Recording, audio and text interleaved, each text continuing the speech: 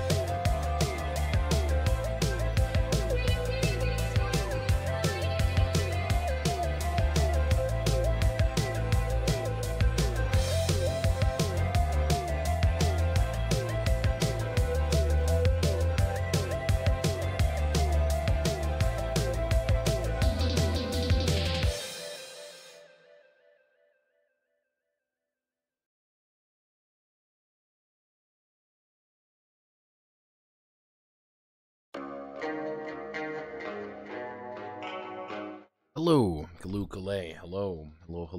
My name is Notepad and on and I write games for fun. So what are we doing today? Today, obviously, we're going to do that. We're going to do more Spell of the Black Magician. Is there any particular reason I'm doing it at 10 o'clock at night? No, I just felt like doing this. Hey, Notepad, what kinds of history do you find interesting? Just about anything, to be honest. History is by itself an interesting prospect. There's a lot of things that go on throughout history that isn't necessarily simple things. I enjoy just going through what happened in yesteryear and figuring out stuff. I always think that's interesting. No, to be frank, a lot of the time it's just military stuff because it turns out that's what people like recording a lot more of the time. And it's easy to interact with that as well. So, let's see, we got all of this done. We just need to do magic. Let's see. Let's readjust you a little bit. We'll readjust you a little bit.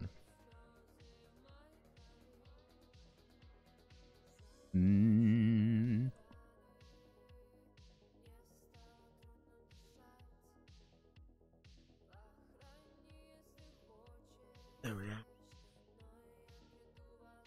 You can probably actually adjust you a bit, something like this. There we are. This should be easy enough to do. So, treatment, character, 25 points for 1 life. Allows you to restore health. You can cast a spell both on yourself and your team member.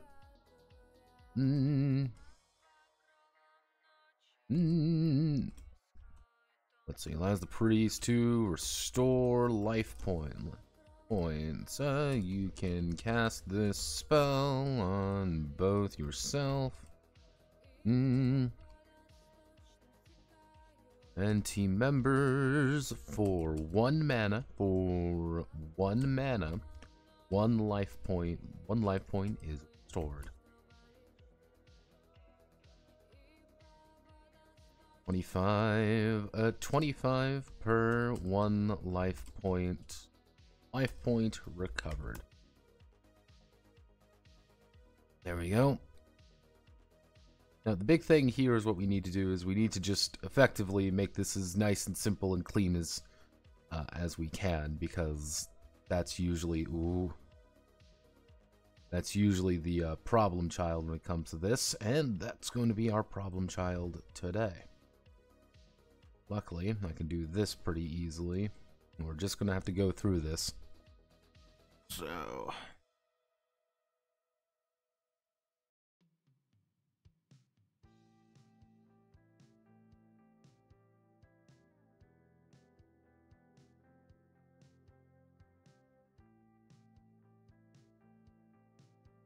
Yeah, history is fun. So, Crystal Shield, place of action, time of action, experience 50, create an insurmountable magical barrier around the priest. Around the priest, casting the spell. Effective against monsters up to the second level. I should say up to second level. Up to second level. After applying the spell, you will only have to watch as the bewildered monster stumble into an invisible wall. Held for 1 round per priest level. Priest level.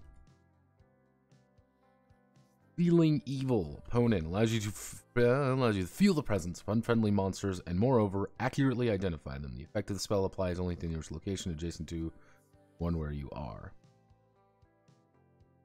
Reading emotions. Opponent, you can feel the emotions of a monster, but you cannot understand the specific causes of the emotion. For example, you can feel the monster is full of fear, waves of intense hatred or anger, but you can't understand what cause. Okay. You know they are seething, you do not know why they are seething. Very different.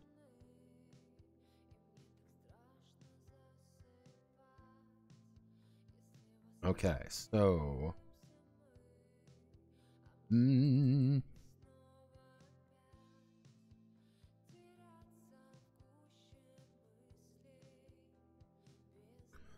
one per level. This a bit. Points of time, 50 experience per level. Creates ghost armor for the priest. Protection of the armor is determined by the table. That to extend that out like this. Priest level, the protection value of the armor. Turn undead. Effective against this. Simply stop noticing you. Power reading. Feel the power of monsters. Their protection. Will use magic and other characteristics.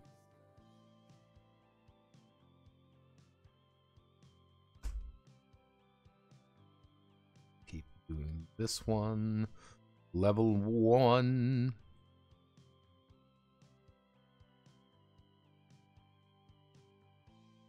Let's see. Air wall. 50 points. Let's see. So air wall, 50 points for 2 priest levels. Nice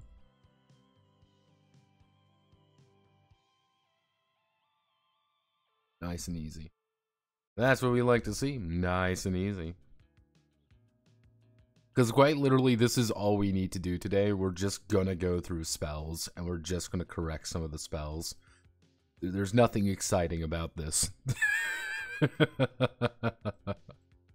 Like, I would really like to believe, like, oh yeah, this is going to be an exciting, fun adventure. No, this is going to be just, let's just go through a absolute fuck ton of spells and just, like, do slight corrections on them to make sure they sound right. Builds formed around the character with the protection from being hit by arrows or darts. He attacks with throw weapons. Well, does not protect against magical attacks or any other attacks than ordinary weapons. A priest from level 1 to 4. It's a lot of things like this, just capitalizing priests from level, capitalize level. Create a wall for 1 character. Let's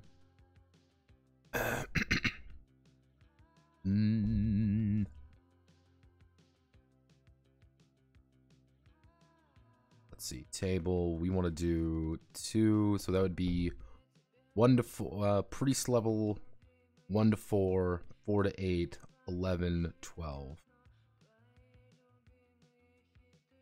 Are we adding a table? Yes, we are. We're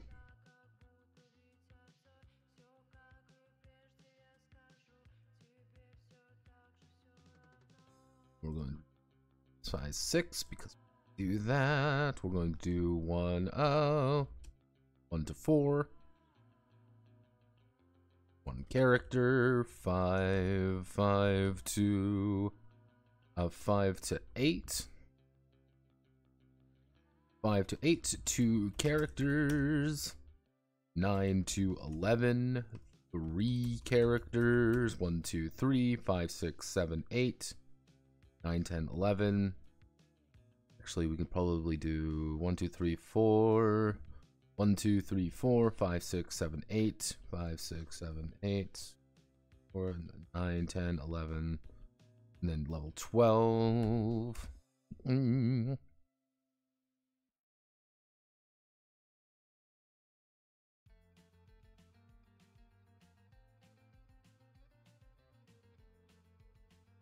remember, this costs 3. It's a very cheap spell, all things considering.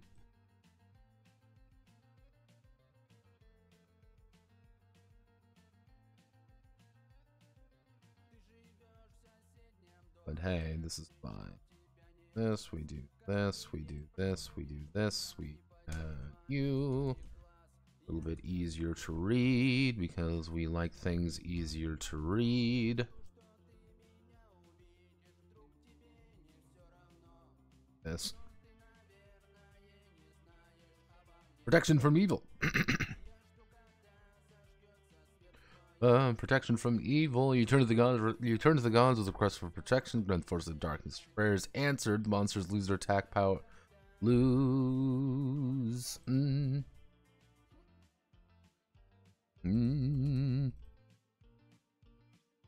By 1, and the character increases their N.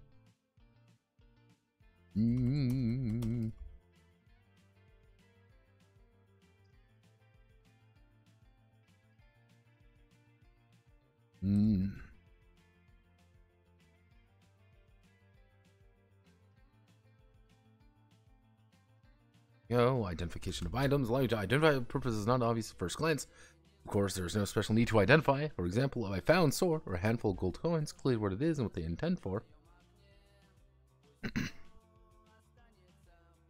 Mainly used to recognize contents of bottles, scrolls, or purpose of magical items. You attempt to recognize contents chests. The spell is not successful. Recognize bottle, present rolls a number 1 to 9. Oh, we'll put you down there because that's where you belong. That.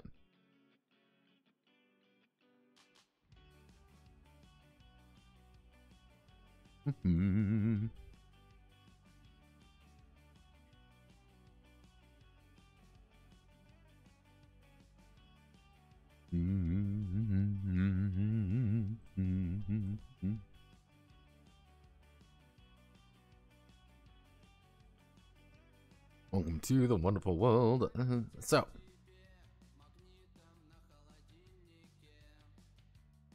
people are pinging me. Who do you think you are, pinging me at this unholy hour? Says man who pinged all of you. Your charm simply becomes irresistible.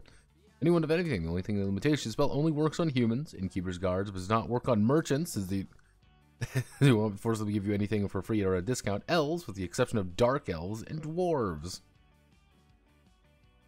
But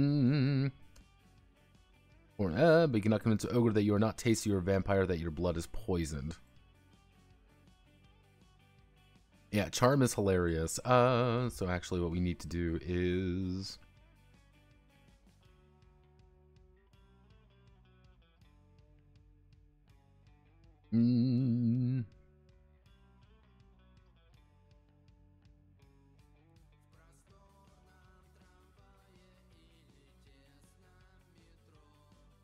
For 2 levels. Character. During combat, the priest or any other character targeted by this spell, the priest can improve his accuracy by 1 or 2. By 1 per 2 priest levels.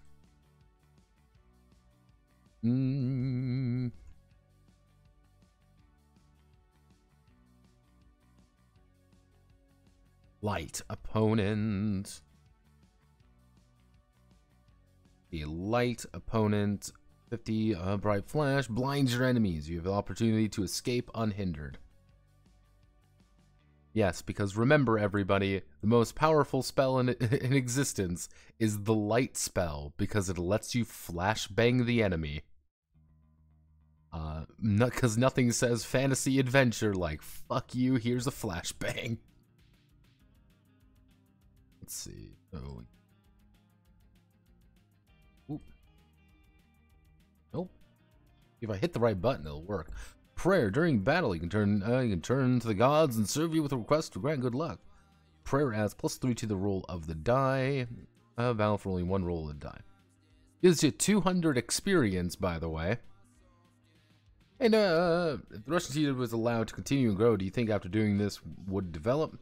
If it's done online, it's safe to assume that it might become online-only type of thing with the people using it to make new TRPGs and develop there.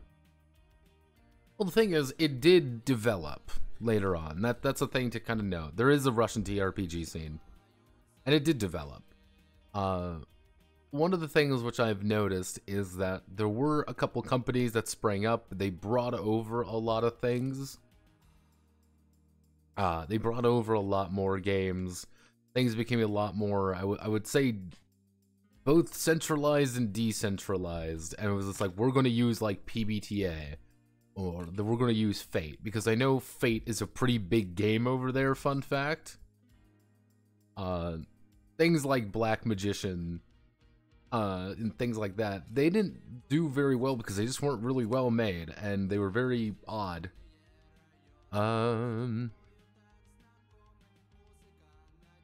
Even then, it's safe to assume they'd be online-only type of thing with people using the internet to make new TRPGs. Most likely, there are Russian games out there that we'll never see because, again, it's in little Alexei's notebook that he wrote when he was in the 12th, in 8th grade.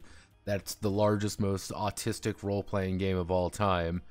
And even that, it's not like Black Magician doesn't have a community anymore. There are people who do clearly care about the game.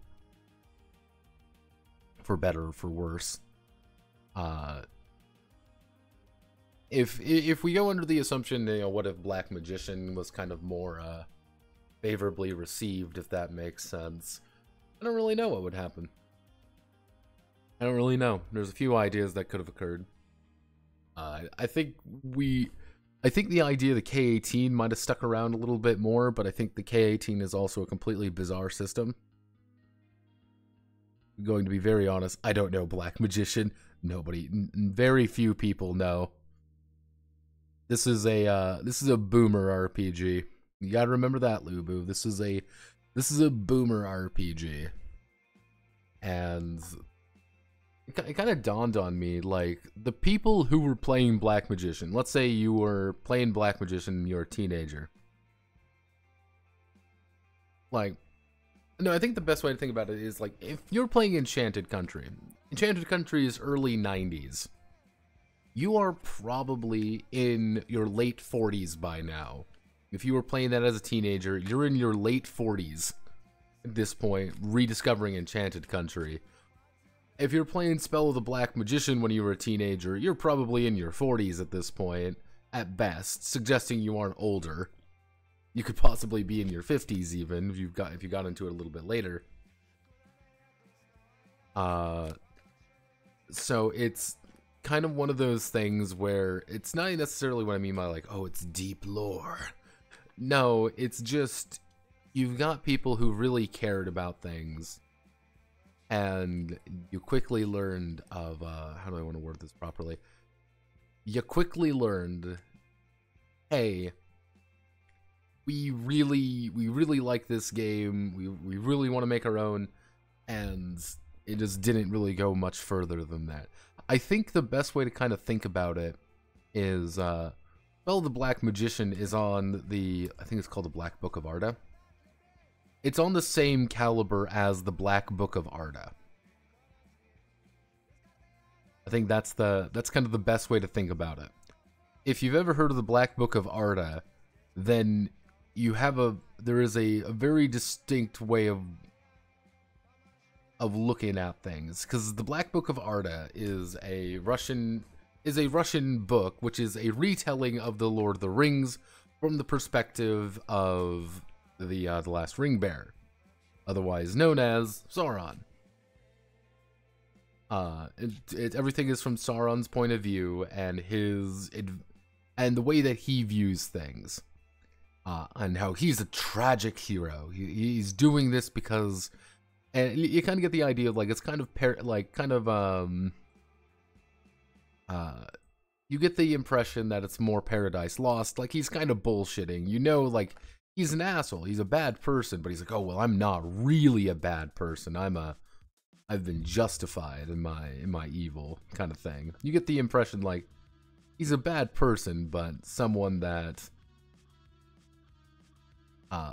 doing his best. If you know what the Black Book of Arda is, that's kind of the same level we're looking at here. I think that's the best way to think about it. And if you're kind of understanding that, it's like, that's what I mean by like deep lore.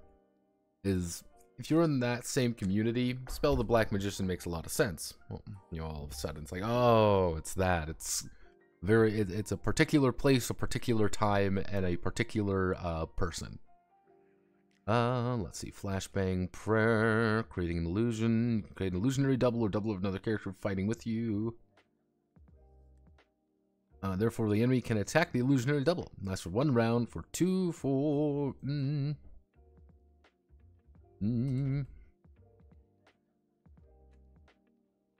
2 priest levels.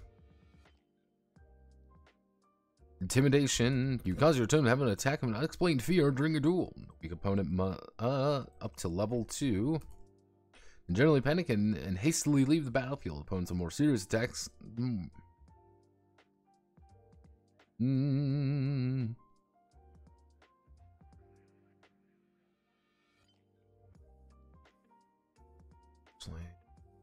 Sound right there. Something doesn't sound right, so I gotta double check. Something doesn't sound right, so I'm gonna double check. Give me priest spells.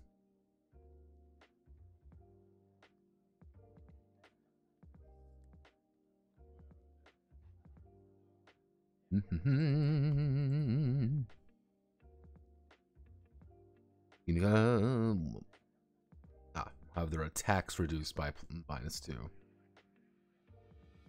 Hello, phone.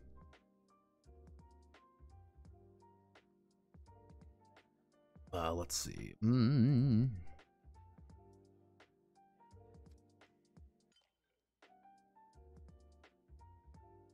Weak opponents up to level 2 may panic and leave the battlefield in a hurry, while more serious opponents have their attacks reduced. Their attacks reduced by 2. There we go.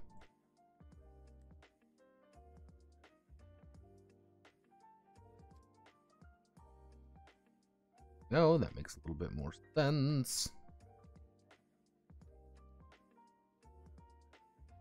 Vampirism.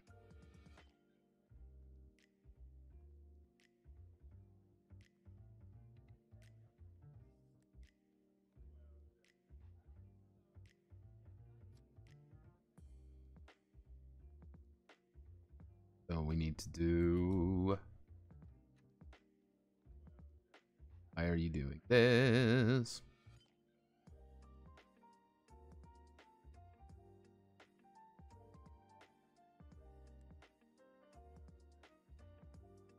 I'm gonna be lucky if I do this. Nope. Wait a second. No, this is the one with a luck roll in it. Okay, so we need to do something a little bit more special here. This is the one with luck rolls in it, so we need to do this. We need to do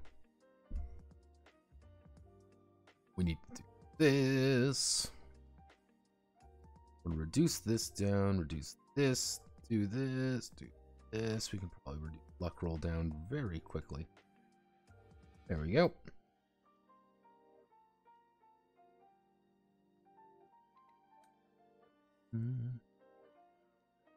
Okay, so luck. Level 7 character, 70 cost. Following up in the locked door. In other words, having found yourself in a situation where quality of luck is required of you, you can turn any god's request more lucky.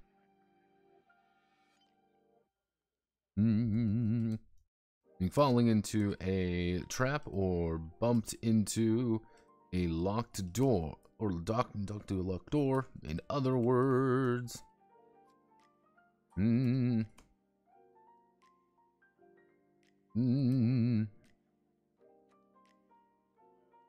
Acquired. You can turn to the gods with a request to make you more lucky.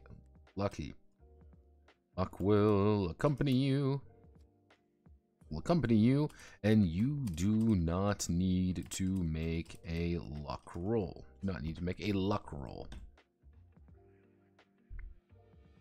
Of the gods.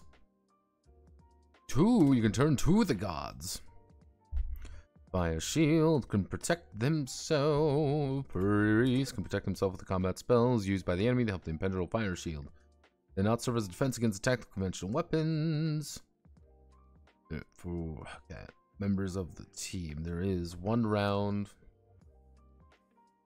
for 2 tieflings. You, ha. You fool, you utter fool, you baboon. It was me all along.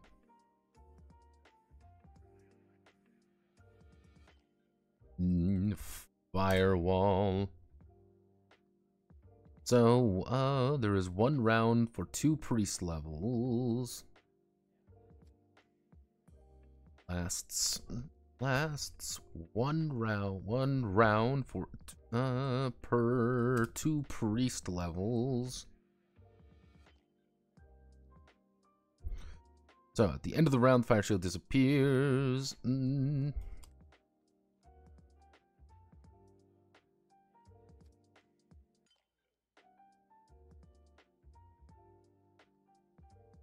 It doesn't last anywhere, but when it ends, it's over. So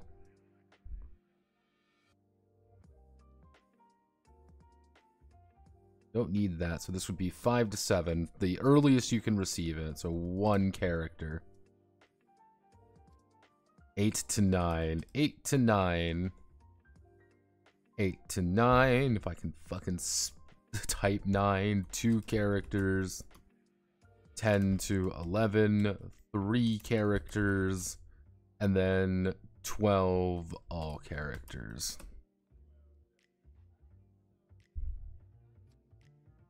Yep.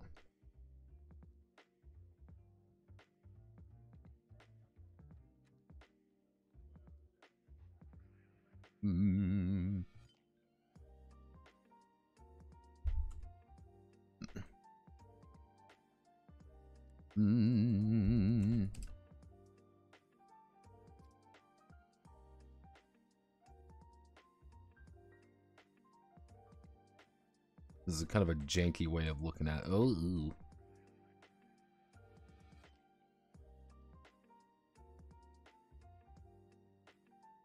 There we go. This horrific thing.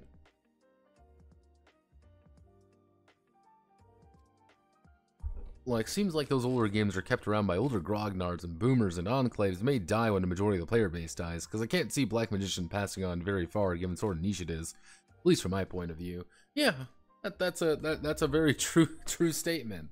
It's the thing with it is I think it will I think there is an idea of a little bit of a legacy element to this because it is the first Russian role-playing game. Or first role-playing game, but it does have that moniker of being like, yes, we're the first one, and love it or hate it, you know, kind of the first will always have a lot more gravitas in certain circles. It's like, yeah, you're not just some random game. Oh no, you're the first game. It's like, ah. You can drain magical energy from an or character. Spell will work provided that the one you apply it to has magical energy. A spell has no magical energy, already been spent it all in magical duel. You'll simply waste your own mana. For 1 mana, you take 3 of the opponent's mana. There we go. Yep, but they have to make a Luck 17 save. They can actually save versus you sucking them dry. I'm trying to do like the DreamWorks eyes. Not working very well. Power. During the battle, you can turn to the gods to request to double your strength or strength of your friends. The attacks of whom the spell is applied. The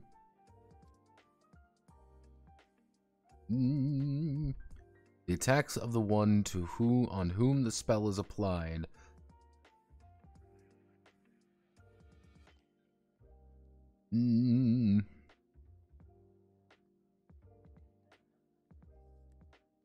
Is doubled in strength. Spells applied to the priest. Dexterity. During combat, dexterity becomes +5. At the end of the battle, the priest's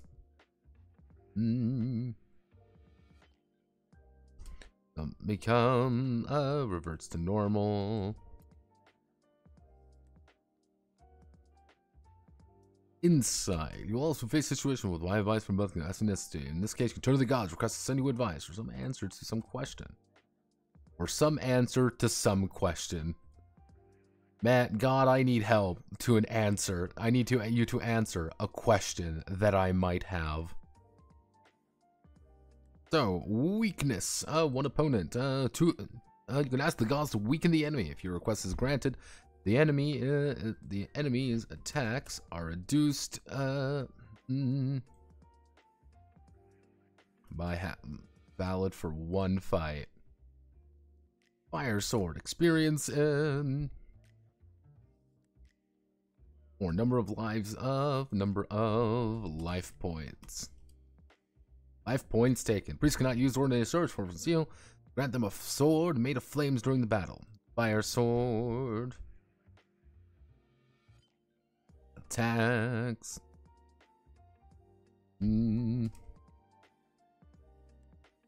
Grants not agility, dexterity +2. The fire sword.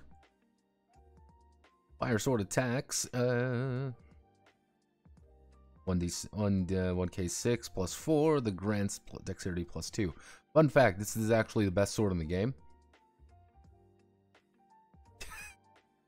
This is like one of the best swords in the entire game because it's just a death sword that lets you just meme on everybody. It's great. Slowing down. Supposed to allow you to make a monster attacking you slower. There.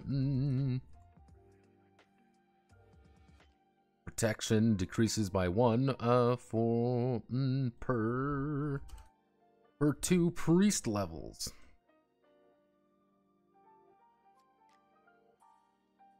Actually, here's what we can do. We're going to play a game, everyone. We're going to hit this, and we're going to do priest levels. Replace it with priest levels.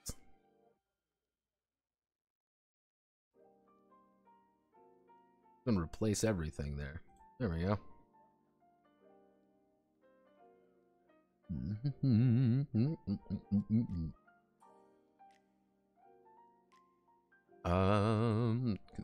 Comment during and only on enemies. Yes, sorry, you cannot slow your friends down. Play a little prank on your friends. Slow them all down in the middle of combat. Have no fear, we're going to use my favorite set of spells, the time dilation abilities. Because that's cool and that's cool for the whole family. let me just use my time stop ability.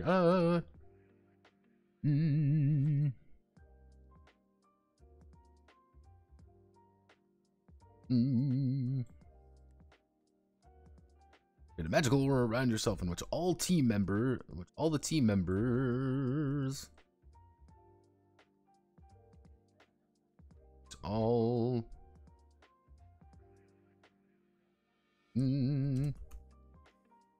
of your allies gain +2 to strength, and all opponents, on the contrary, lose 2 points of strength.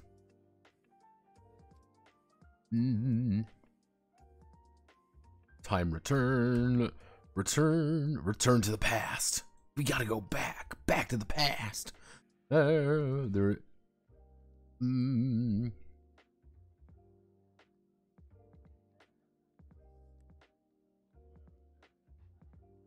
a return of time back to round 1. The creature that the spell is directed at gets the opportunity to flip the dice.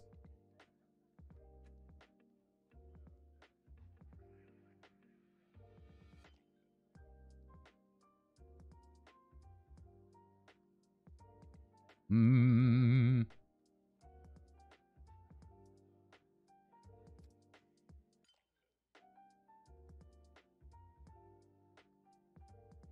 Mm.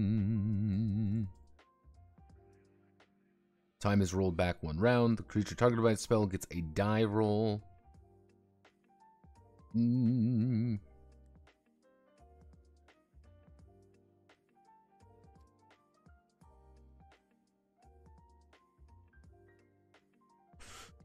Let's see. Let's try. So I want to try.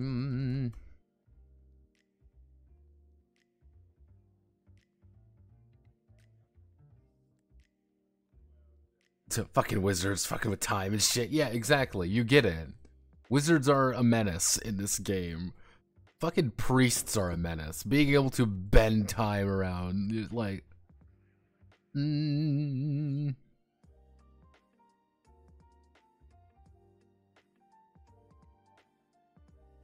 Mm.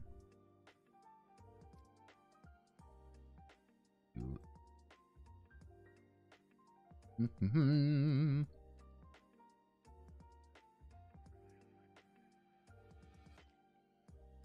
Mm.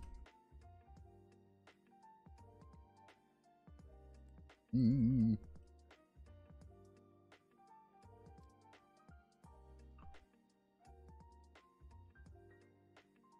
There we go. Back to the lead. It's positive. PC gets to reroll their check. Enemies do not. Time dilation. For a creature that spells directed at, time stops. You put and it gets opportunity to attack without an opponent's response. Yeah, have no fear. Let me just you know, pause time. Zawerdo. And the fact that they just put in Zawerdo is probably, like, I do find that very funny. Like, there's just something very amusing about the fact that, like, yeah, let me just use the world real fast. You know, no biggie. Just need to use the power of the world. Oh my God, it's Dio Brando. How can I make Dio Brando and spell the Black Magician? You can restore magical energy. You can restore mana spent in duel by other members of your team. Of course, those who have it manage to use it. Not give any result except wasting your own magical energy. For 1 mana, 3 mana is restored. Now, fun fact, this ability right here effectively makes mages broken. Can't have it. To me, the priest should be terrifying on itself. This is because you're the guy who could look at demon and go, fuck you, cuck, and charge into combat, beat its ass, and come out singing hymns and shit. That's why I always find the paladin much weaker than the cleric in D&D. Since the paladin, you're supposed to be the god's beatstick, while cleric is the one who kills more demons than you. You fucking cuck. Like, yeah, like, warriors in this game are hilarious because, like, warriors are, like, supposed to be your frontline fucking nightmare beasts. The problem is warriors suck. Like, oh, you're super cool. You've got +2 strength. BRB, let me just stop fucking time for a moment. Like, the second you say, oh, I can stop time, it's like, I have a like, it's Angel Summoner and the BMX Bandit all over again, being like, it feels like my sword fighting skills are not being as appreciated as the ability to stop time.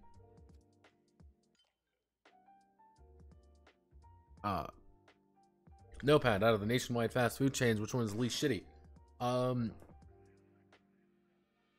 I have never had a bad experience at Arby's. I've never had a bad experience there. Every Arby's I've been to has been really good. Usually everything is as clean as it can be. Usually pretty nice people. Food is reliable. McDonald's is a hit and a miss depending on where you go. Every Burger King I've been to in the last, like, 5 years have been like a crack den effectively. So I always have that idea with Burger King. Chicken fries are still amazing though. So I've gotten food poisoning from Subway more than once. Arby's still. I love Arby's. I'm Arby's strongest soldier. Let's think. What other... We lost a lot of fast food joints around here recently. Like in the past like year and a half, we've had a bunch of places shut down. It sucks. Not necessarily like, man, it sucks we don't have Burger King anymore, but it's just like a lot of restaurants shut down, and that doesn't really help anyone. Let's see. Destruction of the dead. Dead man.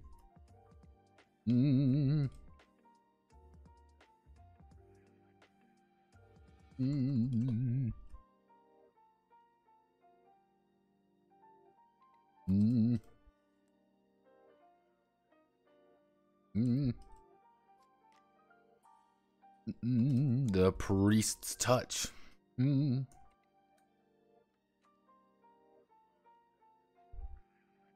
Priest's touch turns the undead to dust, creating an illusionary being.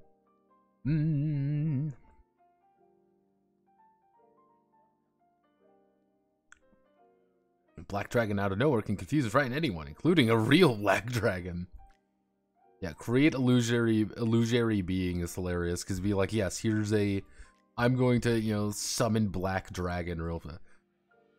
You know, fucking... We're playing fucking Yu-Gi-Oh! Now, boys. Like... Sorry, squad. We're now playing Yu-Gi-Oh! Where I get to say, I cast... You know, summon black dragon. Black dragon even a thing anymore? I'm assuming it is, because it's not exactly like a unoriginal, you know, monster. Actually, no. Paralyzed. If one of is paralyzed, petrified, or poisoned, you get a bottle of life-giving elixir, a few drops of which can heal the victim. After the elixir has had its healing effect, the bottle disappears without a trace. In absence of...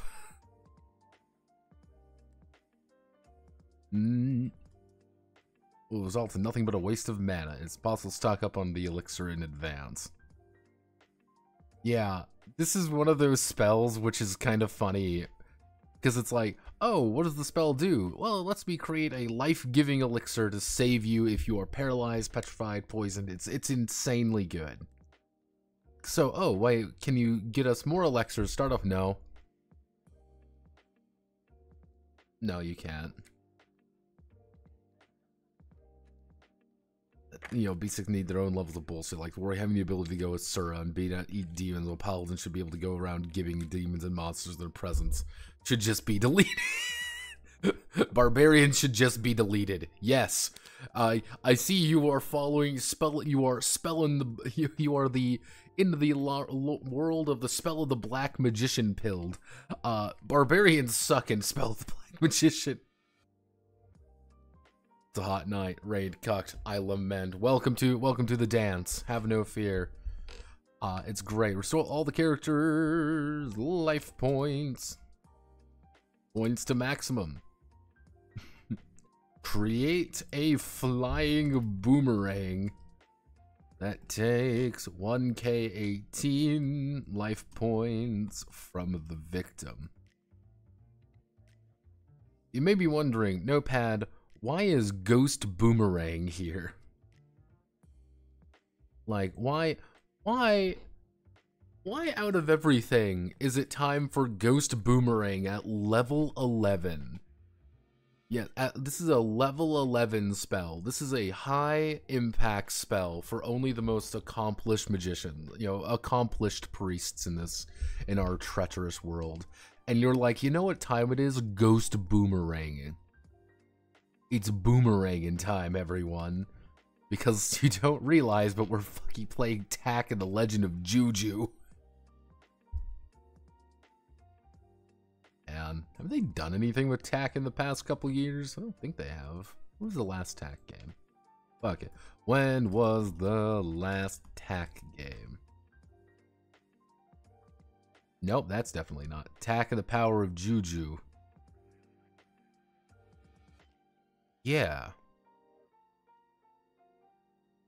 No, it didn't do well, but...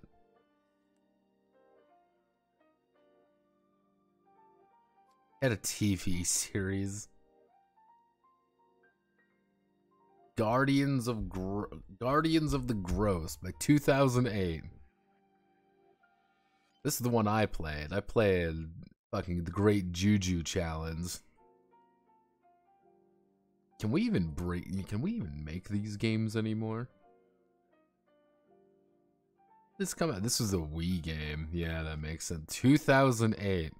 See, the fact that in 2008 we were still making games for like 2008, like I'm always reminded like, oh yeah, 2008 would be like PS3 era. Nah, man.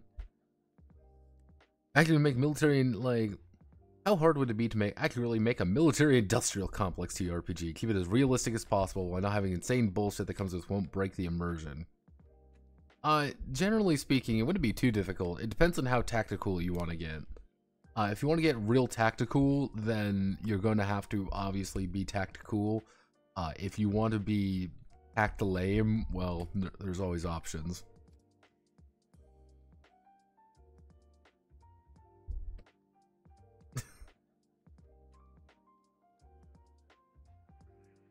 Because a lot of those military because one of the things you got to remember about a lot of military stuff that goes on, especially PMC companies.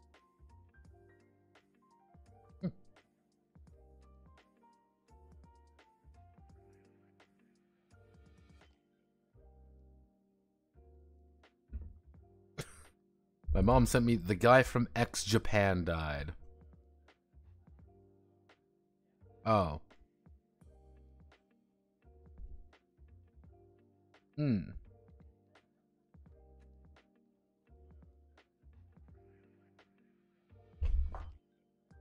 Yeah. Welcome to the guy from X Japan passed away. Zam. Let's see. Sword of Light using stabbing weapons, but during battle they can turn to the gods, request grant of magical weapons. Sword of Light, same kind as a fiery blade, but more crushing. The Sword of Light. At the end of the battle, during a spell, using spell. Inside a comp will use a useless waste of mana. So you want to do Sword of Light attacks 1k18. Dexterity +3.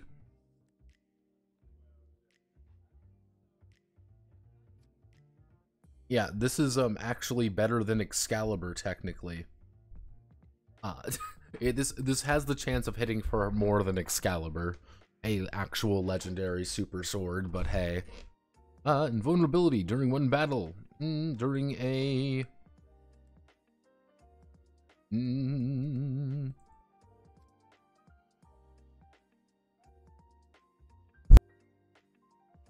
I'm sneezing.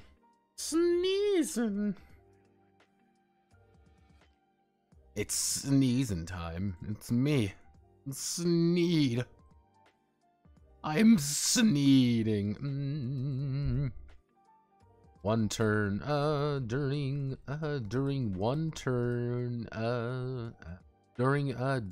battle for one turn. One turn you can become invulnerable. You can become invulnerable. Enemy attacks will not bring you any harm. The spell can not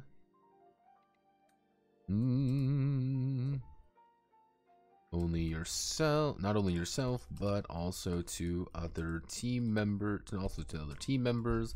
Casting a spell on monsters attacking you will not have any effect. In peacetime, the use of this spell will lead to nothing valid for 3 rounds.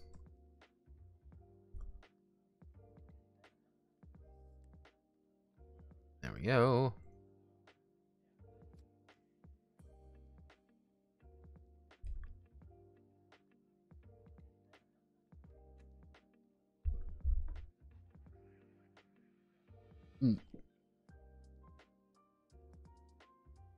Oh. Oh, you sell the US your insane weapons while keeping the lobbying going so you can keep making money off of the war, TM. Oh, that... At that point, you're making effectively a business TRPG. We'll have to wait till Cole finishes up his nation building game. See if we can use something like on that. Which Cole is actually working on that nation building game. I'm hoping it goes well. One of your allies falls in battle. You can appeal to the gods to return the soul of the fallen and revive the hero. The revived character regains all of the characteristics that he had at the time of his death. For obvious reasons, you can't use the spell on yourself. I don't know. Why can't I auto-res myself? Be a real hero. Auto-res thyself in the midst of death. Maybe I want to. Ever thought about that?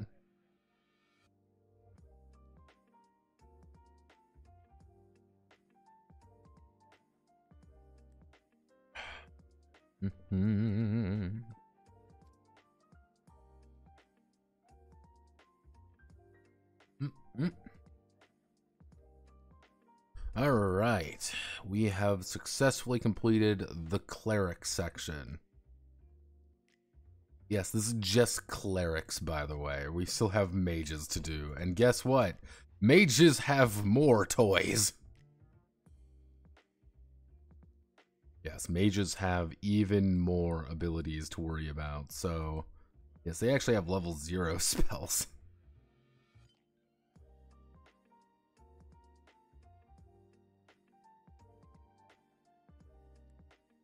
Magic arrow, one mana for 1 arrow. One opponent, points of lives taken, magic arrows flies out. The max number is 3. 1k18. For quite literally at 0 level, you can fire magic missiles and deal 3d6 damage. It is entirely possible and very likely to nuke your way to victory. Who needs a strategy when you're a real hero? Or just cast fire bees.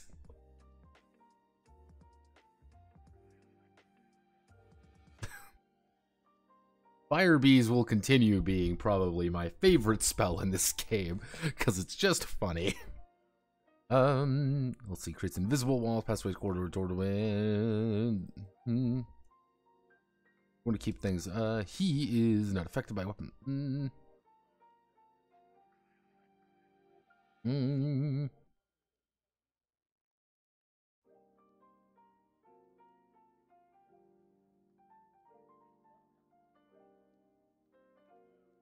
Actually, it is not affected by weapons or spells. They're throwing weapons as well as anything throw, they'll calmly fly through it. Enemy lose up to see you, and you can use opportunity to escape unhindered. Sleep. So you 1.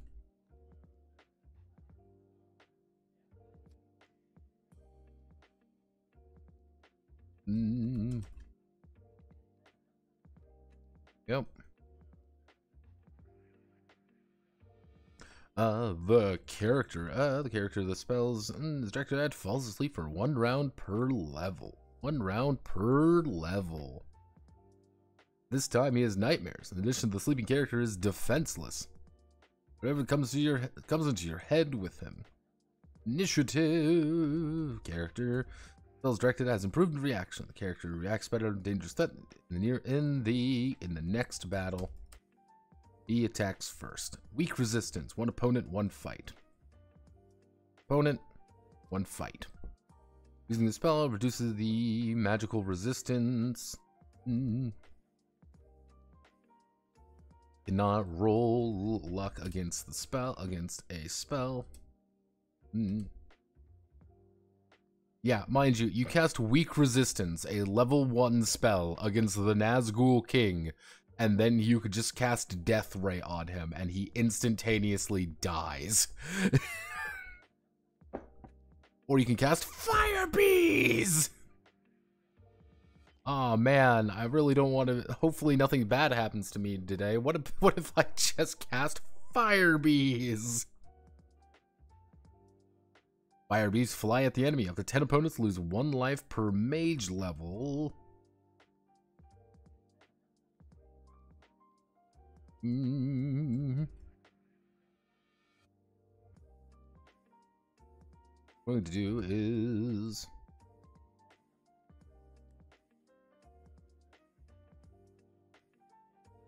just going to do that. So,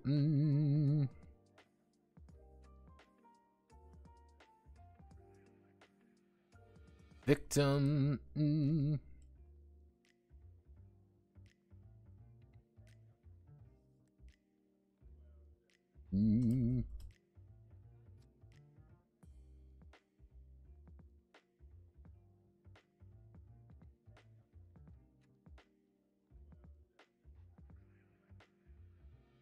Yeah, mages have the ability to just cheese people and just cheese encounters and cheese.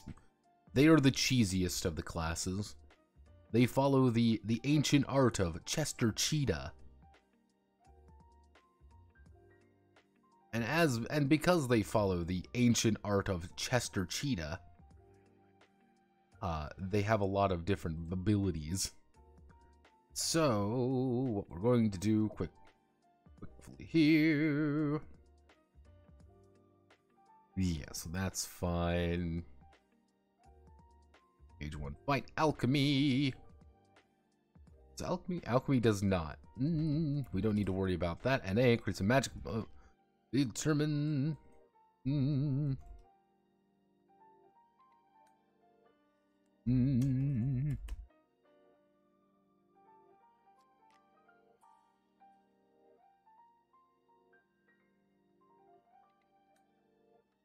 The thief. So, air wall. I'm gonna go back up here because I know we already did air wall.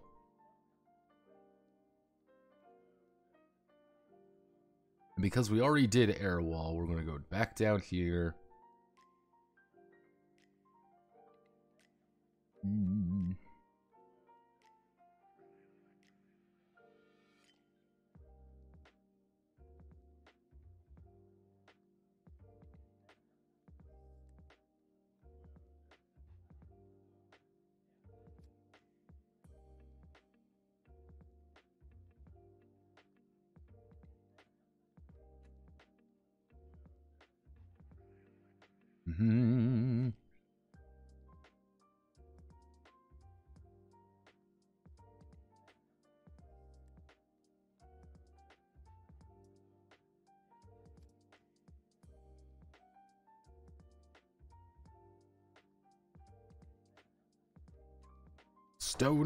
Stone Fist. 1 mage, battle and still 1 magician's hands with the conflict 1k damage on the impossible use any other weapons. Bravery. Because fearless, the creature runs away, you can use the spell and it will return to the battle in case the initiative is rolled again.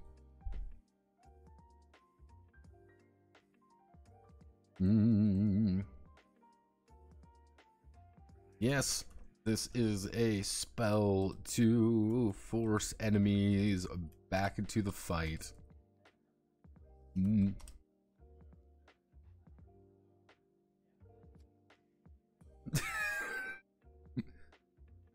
Yes, this is a spell to force enemies back into the fight to kill them for more XP. Which is maybe a little sadistic, but hey. We don't judge here. We're not judging people here much.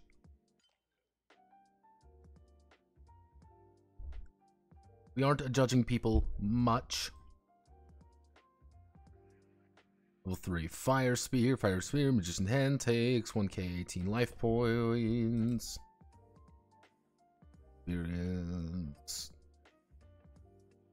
Points of life taken. Points of lives taken. Doubling the liquid. The bottle and its content doubles. Spell works in any bottle regardless of the quality. Arm. A giant hand emerges from the ground, grabs the victim's legs. Victims should try to throw. Try to roll luck. Roll luck.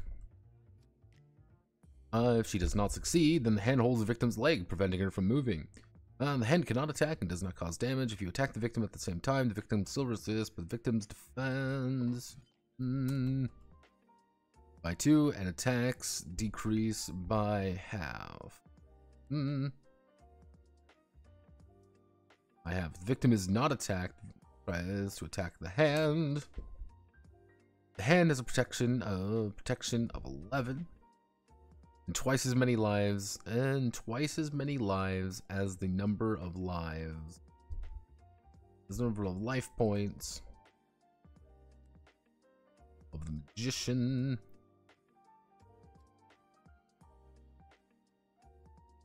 Of the mage. For example, maximum lives of magician is 15, and the hand has 30.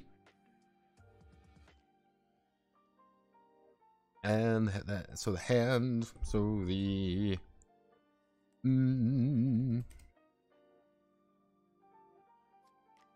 and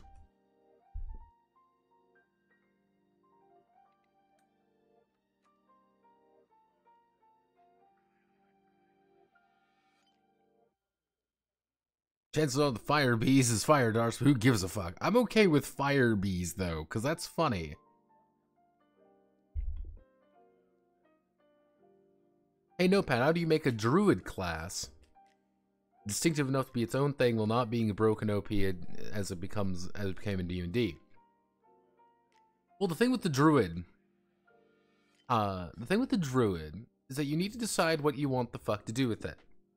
Because D&D has this problem of making it like a fighter, it's also a priest, and it's also a magician. It's trying to do a lot of different things.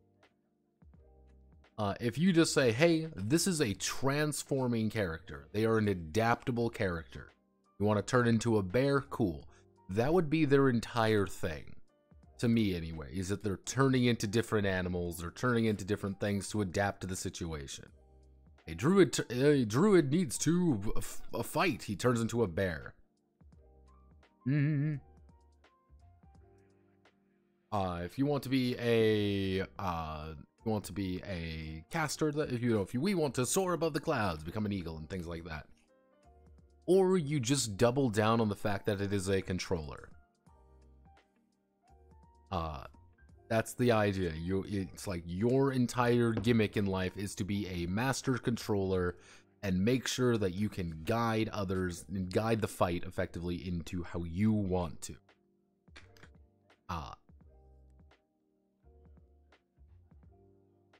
Yeah, the thing is, the druid, their nature theme is attached and it's lame. Yeah, I mean, some people like druids. I think druids can be neat. The issue is like they wear many hats and none of the hats fit them, so it looks a bit weird. Also, JoJo fucked my mind, and now I'm thinking of a system where space you must choose a body type and flex type and travel across the stars involving flexing, being oiled up, break realities, snail between planets. And there is hair metal class. Hey Notepad, how do you make the Ranger class distinctive enough to be its own thing while not being as broken OP as it became in D&D? Rangers are... I think Rangers also kind of fall into the same category as Druids, funnily enough.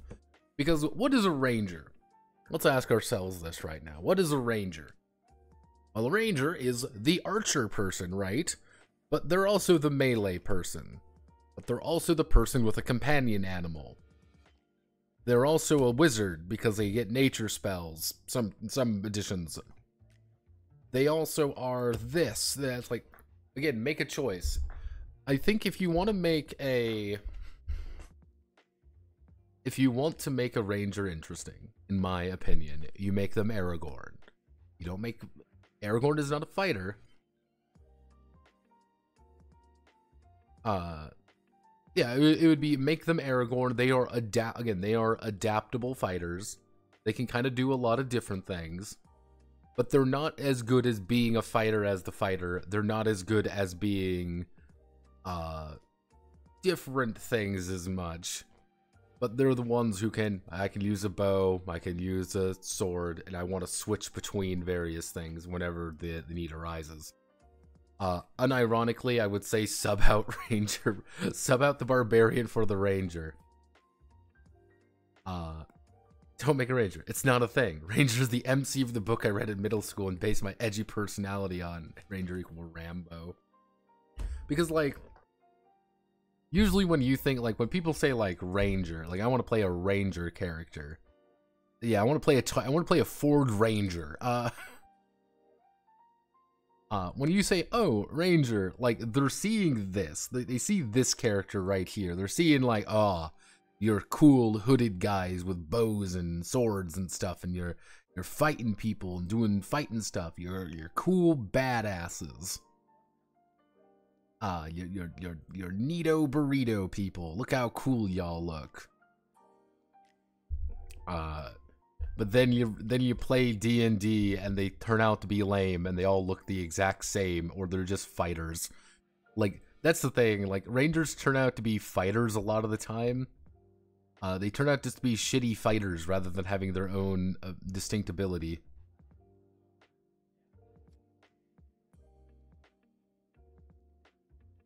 Honestly, you can fold Barbarian and Ranger into Fighter, and I think everyone would be happy. But hey, what do I know? I'm a silly clown. I know nothing.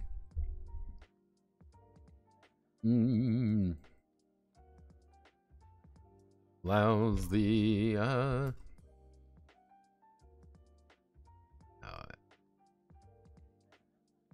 allows the magician. Actually, how many instances of mage do I have?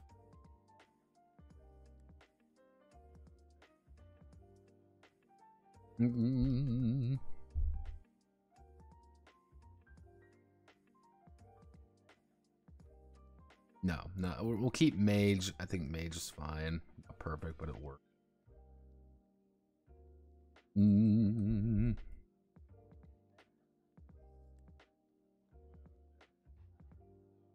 Make one character invisible, yourself, a team member, and enemy for one use of the spell. Does not attack an invisible character. One round per mage level. Tune the soul. One can. The mage's soul is instilled in the body of a dead creature. Skeleton. Luck. Rolls a luck. Rolls luck. Soul goes back to the mage's body. The mage's body. Can do though is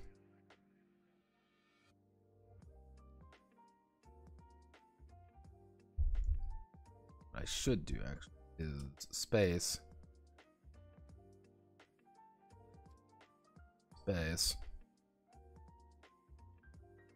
Place all.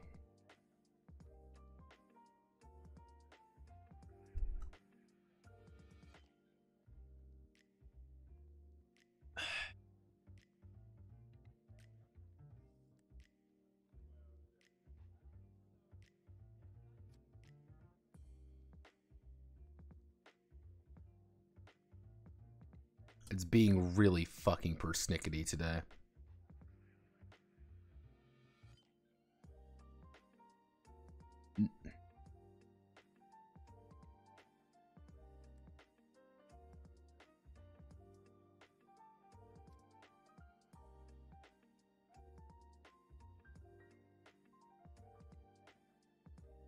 does this every now and again.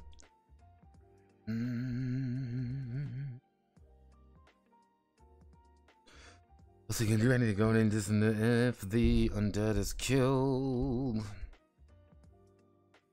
So it acts to the mage's body. Mage's body without any loss. Soul travels the mage's body. Hope that stays especially effective. Revive. Effective when combined with the revive.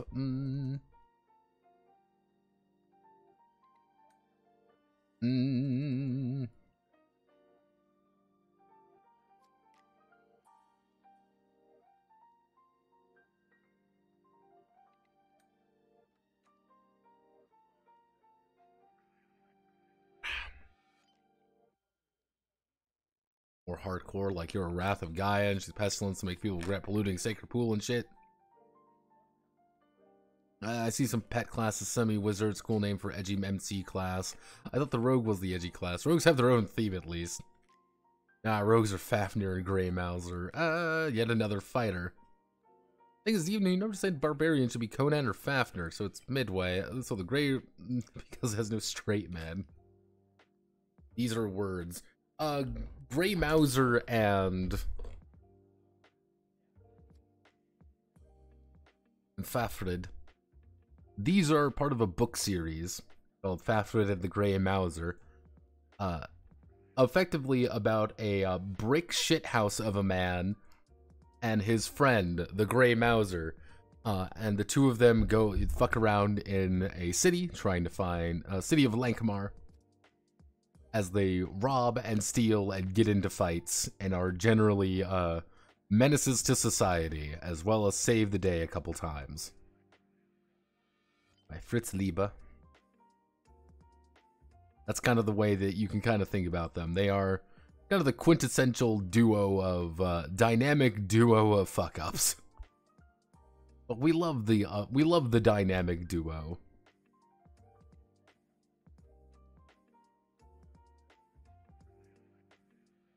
Yeah, to kind of give you the impression they go on some pretty wild adventures, and things go horribly wrong for them. But that's the funny part. Fun fact: they were one of the inspirations behind some of the old D&D stuff. Did they have audiobooks? I think so. It meant make zombie spell not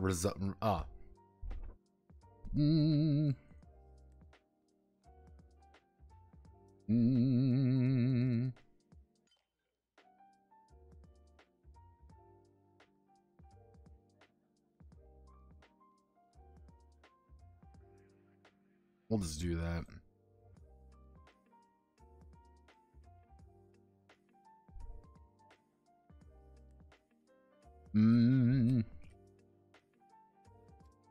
They even have quest givers. Yeah, it's the thing with like barbarian. The thing with like a barbarian is that you can refluff a barbarian a couple different directions. The unfortunate reality, they will always be kind of barbarian-esque, and they're exactly the way you think they are. What does a barbarian do? You rage and you get into fights. That's all you do. That is your one goal in life. Spell is directed, turns its hand into iron. 2 times per round.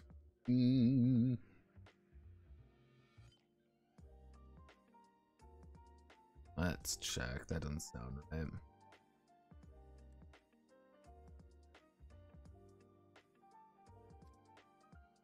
Let's double check something real fast. Give me your spells.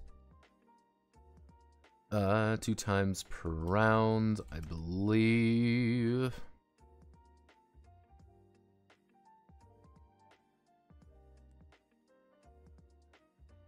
Does that say it can be attacked twice per round, or?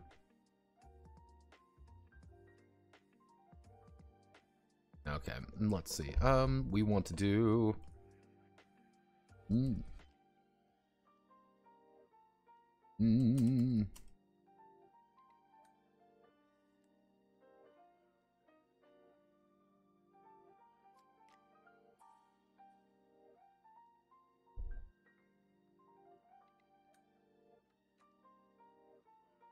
Yes, throwing hands, the spell.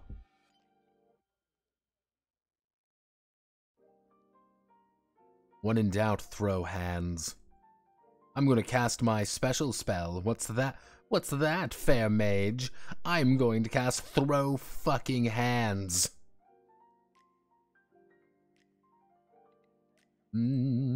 Actually. The fiery hand.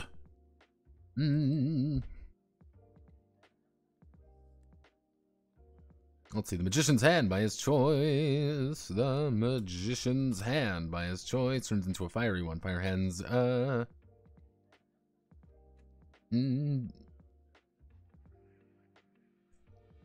yeah, wizards can turn into punch wizards.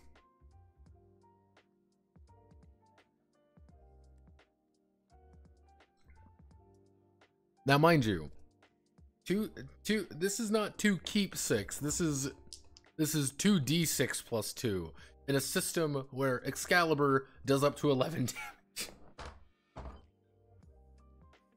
Have no fear, the mage is just gonna punch a bitch repeatedly.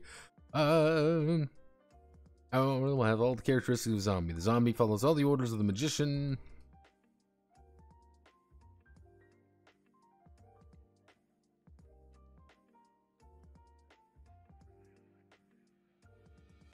There we go. Let's just do that.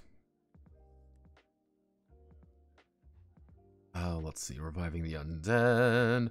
Problem is, let's see, but after each order, the zombie can get out of control. The probability of zombie escaping from the magician power is 1 in 6. When 6 sided out is rolled, for example, 1 that gets out of control.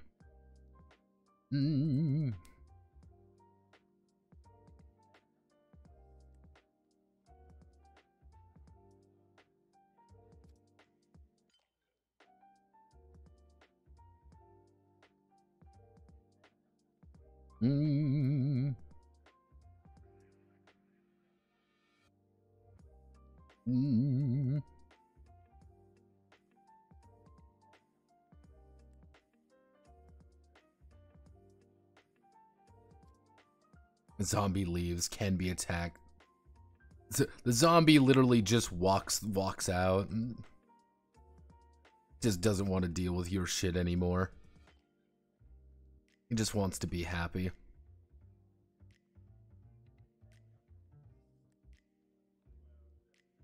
I never asked for this life. This unlife of mine. Identification of items. Allows. So yeah, things should work there. Identification of items. Animating the shadow. Animating the shadow. The target. The magician's shadow. Spell breathes light in the shadow of the magician. The shadow can progress a magician, move short distances. Shadow can move on walls, ground, climb into walls, can see, hear, and speak out through the shadow. Not physically touch, lift, or attack creatures or objects when be attacked with spell and magic weapons. Shadow has the same protection. Lives lost by the shadow are also lost by the magician. The shadow moves extremely fast and silent. If the shadow runs away, it's possible to catch up with it. Charming. The spell allows the magician.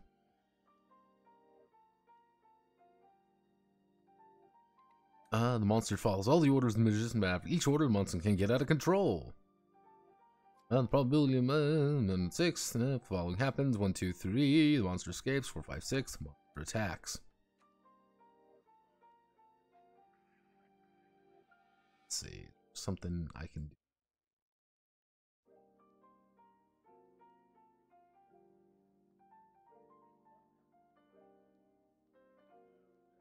Let's see. Let's play a game. I'm gonna play Tetris with. There we go. This looks still awful. Wonder if I do this. There we go. I might have to go through here. What I might do after this is just look through things and just like double check. Like, can I make this look nicer slightly? Try to get everything on one page and stuff like that.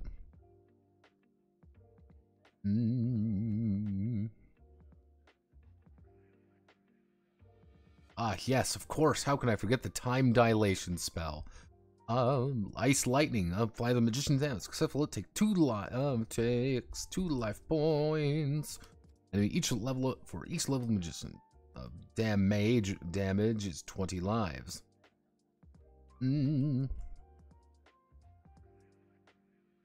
Points for lives taken. Time return, time dilation. Web summons giant invisible spider. Giant invisible spider from other dimensions and weaves sticky strong web around the monster attacking you. Monster's level 3.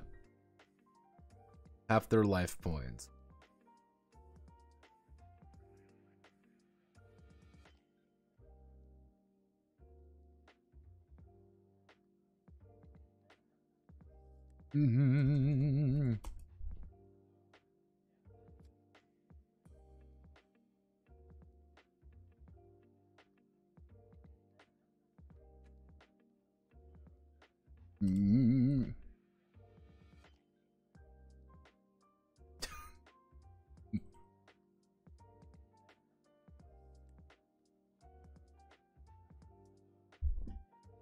There we go. My very professional translator's notes.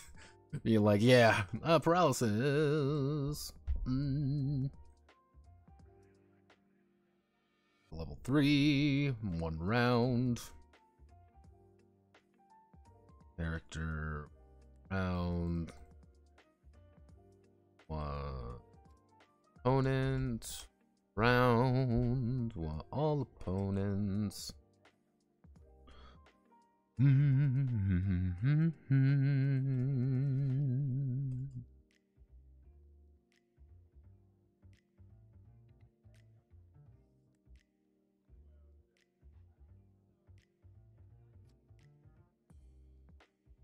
we go, and what I'm going to do is we're going to go to time return.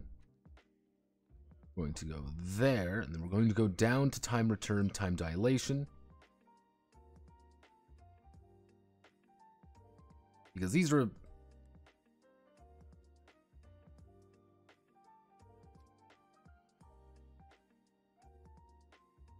Fun fact, the priest gets more experience points for these, I just realized.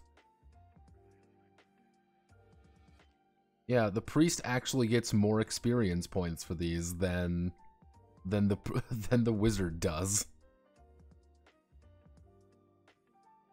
I guess God really does favor the cleric.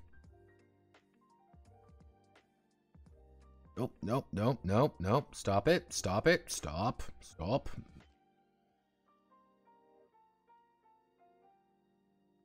All right, get ready for spamming out various things. It's gonna be fun.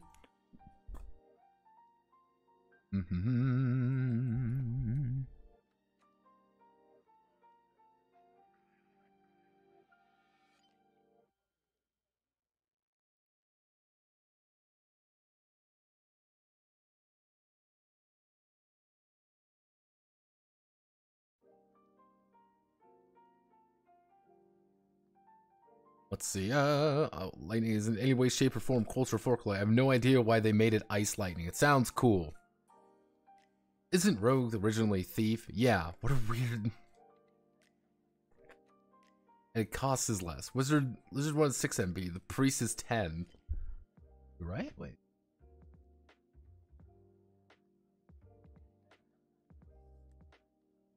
Let me double check that, like...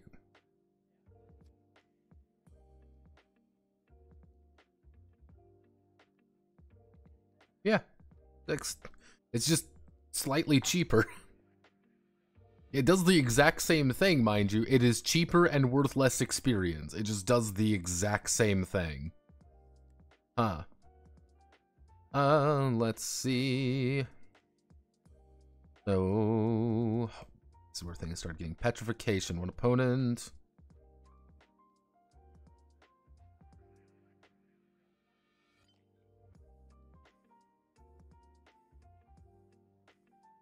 Let's see. Monster up to level 5 turns into a block of life. Losing 1 to 18.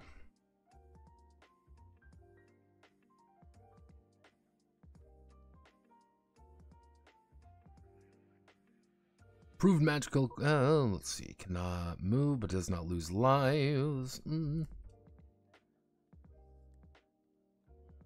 see, spell acts of magical creatures by the created mound. A magical creature created improves in characteristics. Attacks increased by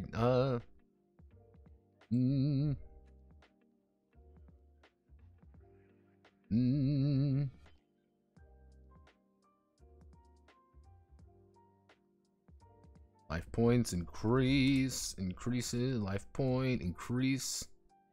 Life points increase by 2 per mage level, and protection improves by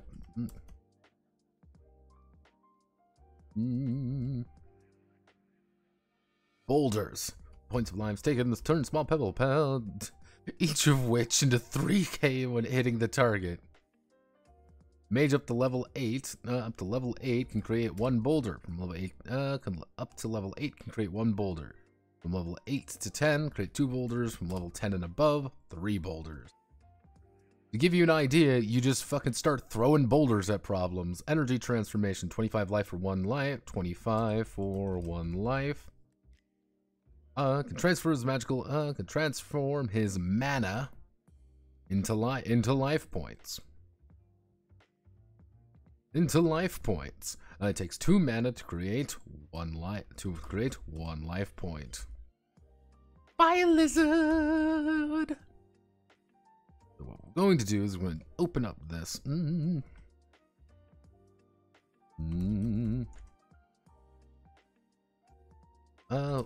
Half-meter fire lizard, protection 10, life points equal to magician level times 2.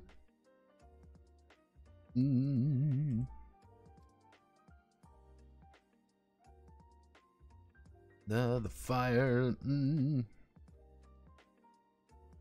fire lizard.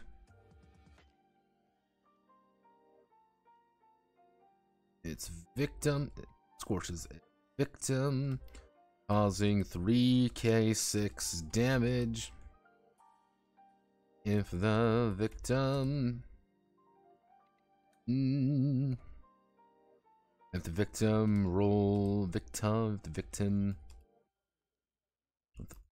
luck.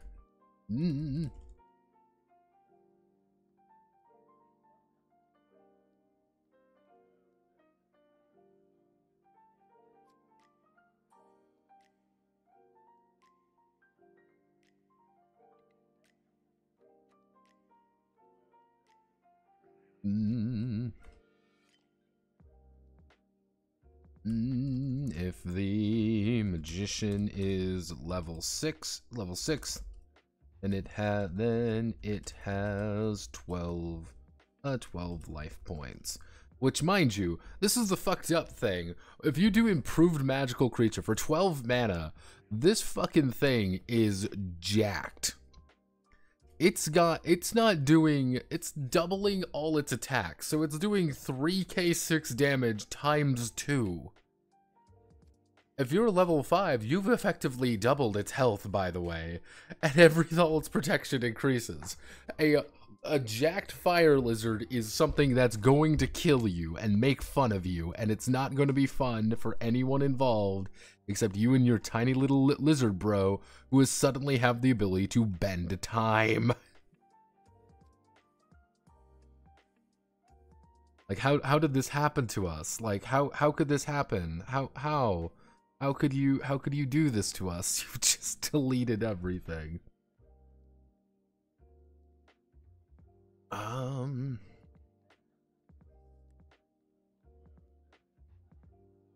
Attacks against line, not protection. Even if it misses, it deals 2d6. No, it only deals 1d6.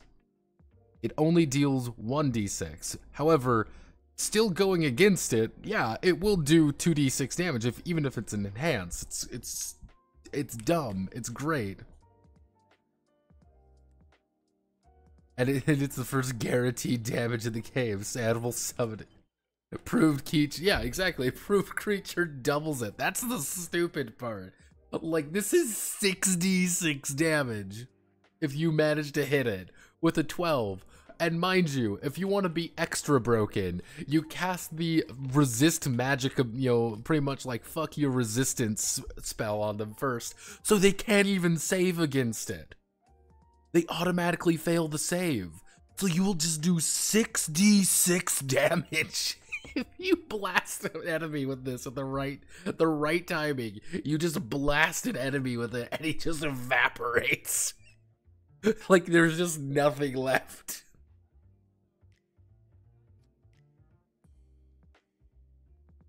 No, pet should be bullshit out of the gate but have high cost like health or something. The thing with wizards, unironically, I think Spell of the Black Magician has a Black Magician has a good idea with wizards because you get a lot of toys, but your only limiter factor is MP because you don't have a lot of MP. So it's like, hey, you can do a lot of spells, but can you afford to do them? Can you afford to use them? Like, not really. You get like 1 or 2 uses maybe, but so you want to be a little bit more cautious. I do not like spell slots. I really don't. I don't think spell slots really help anyone. I think it just annoys people more than anything. So Magic Ball. One opponent 1 round. One opponent 1 round.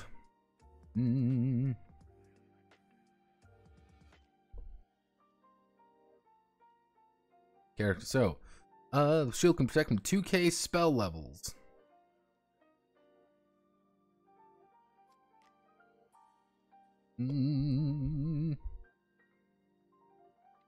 For example, you roll 2 6-sided dead, let's say 10 drops out. This means it also reflects paralysis, poison, glaciation, and petrification. Air shield is dumb. The Phantom Panther. Ah, yes, how can we forget? It's just the fucking Phantom Panther.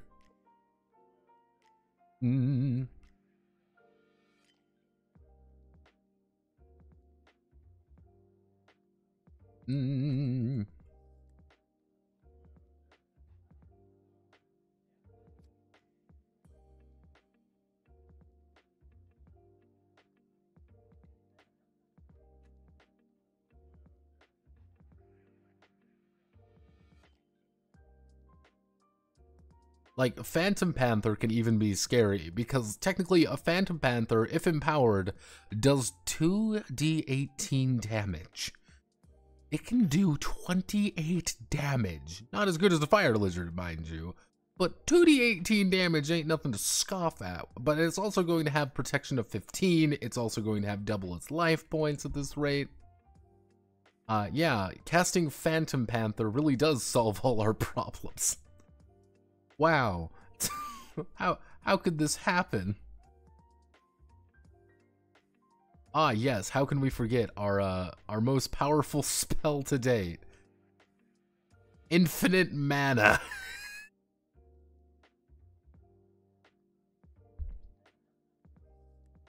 The mana is restored to maximum number and does not decrease during 1k6 rounds.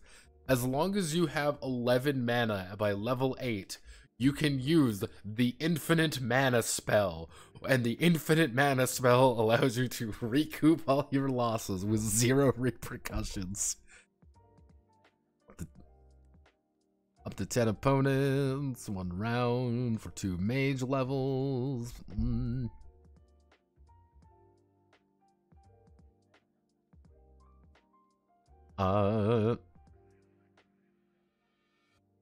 Second,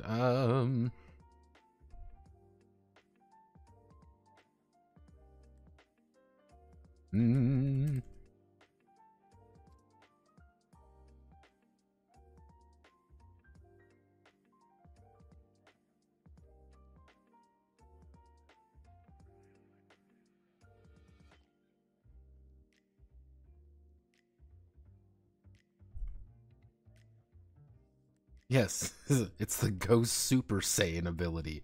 Why is this a spell in the game? I do not know. I genuinely do not know why this spell is in the game, but it's great. The 10 opponents lose.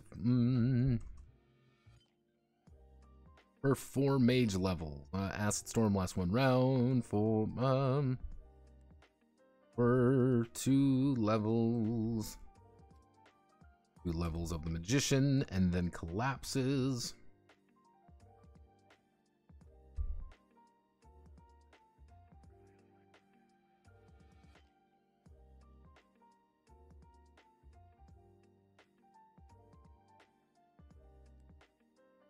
Oh yeah, no. Like, you hit level 8, you can literally spam. Like, legitimately, at level 8, you can freely spam everything. As long as you have 11 mana exactly, you can get all your mana back, and there is nothing they can do about it. Now, mind you, this is an important thing as well. Your fire lizards or anything like that don't dissipate, and there's nothing like... Acid Storm, by the way, Acid Storm is 18d6 damage. Yeah, it does a little bit of damage.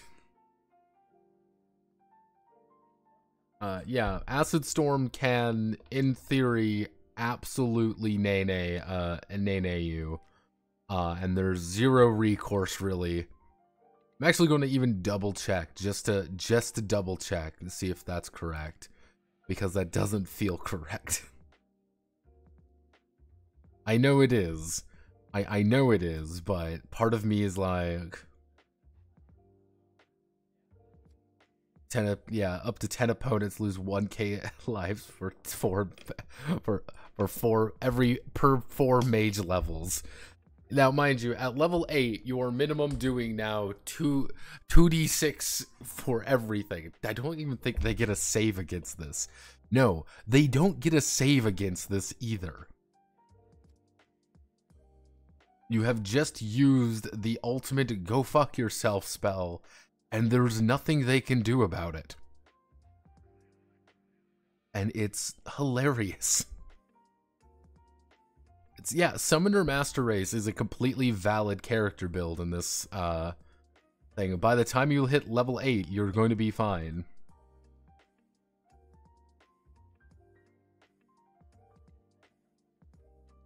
With this spell, Magician makes 1 creature a loser. This creature does not roll luck. This creature does not roll luck. Victim must roll the die twice for attack, hit, luck, etc. A smaller number that falls out is used. Yes, welcome to the first depiction of disadvantage. Elemental creates elementals. Creates an elemental. Die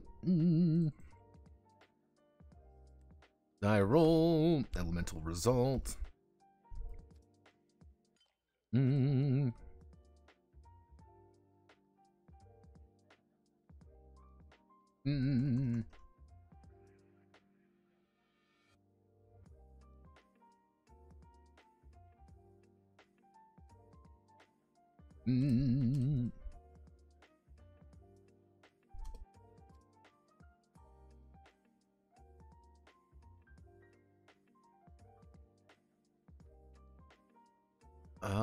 Water, earth, fire.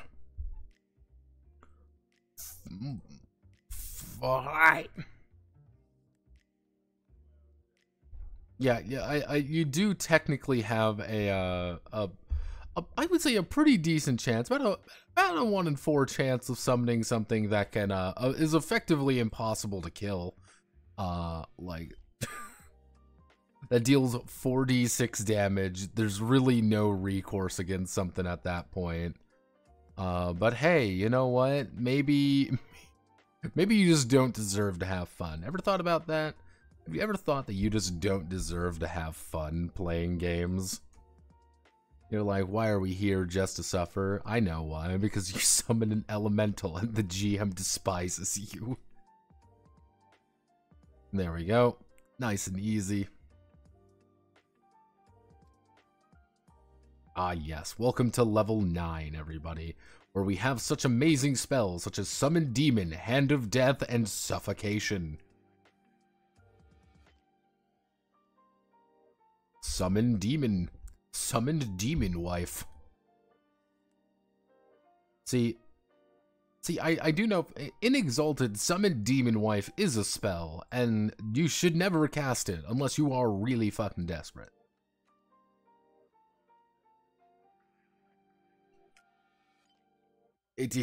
Yeah, 8d6 with improvements and 17 protection. I don't think anything can physically hit at that point. A 17 protection anything. I don't even think, like, some of the stronger enemies in the game can even hope to do that unless they cast Hand of Death at you. Is it because summoners can cockslap baddies? Well, the thing is, like, summoning is always a pain in the ass, because summoning fucks with the action economy in all of these games. Because it just means more actions to do, and it's like, oh, cool. Actually, with a 17, it would be a... No, it would be a 5. It would be a 5% chance, wouldn't it? Fuck me. Summoning a demon. Summons a demon from the underworld. Summon a demon from the underworld. After summoning, the magician rolls 6 out of 9. If it rolls a 1, the demon is out of control and attacks you. Now, this is an interesting note. There's an interesting note about this, and we're going to look at the demon, just to give you an idea of why the demon is kind of funny. Now, this is, let me see if we can find the demon. Because there is actually a demon. Ah, yes, right here. This is the demon. To give you an idea, the demon is a level 8 creature with 25 life, 14 protection, and can deal 4 to 14 damage with 25 life. I want you to remember this. This is a summoned entity. You can double his attack power. He could do 8 to 28 damage.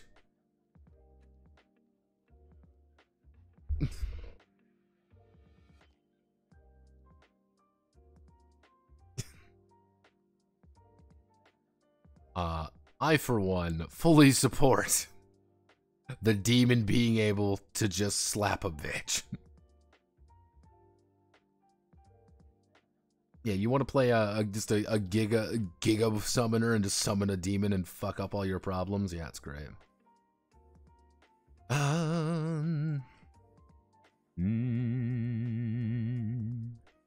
Oh, I up my enemies. Nothing to do. Spell drains air from space. The enemies when suffocated. The defense deteriorate. Their protection. Fear protects for 4 attacks. Attacks are halved. Enemies loop each round. Spell works for 1 round per 2 mage levels. Hand of Death. 1 opponent, 1 round.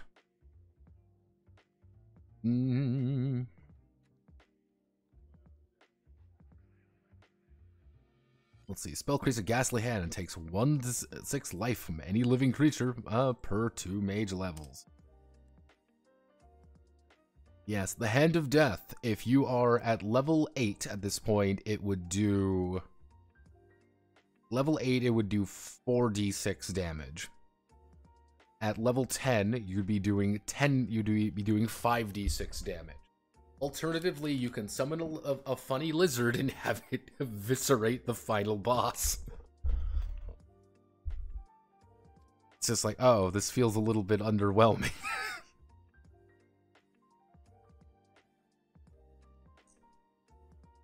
Now, we also have the ultimate power of Ghost Dragon. When playing on Dragon Transition Time, any creature can attack the... Oh goodness, let me see.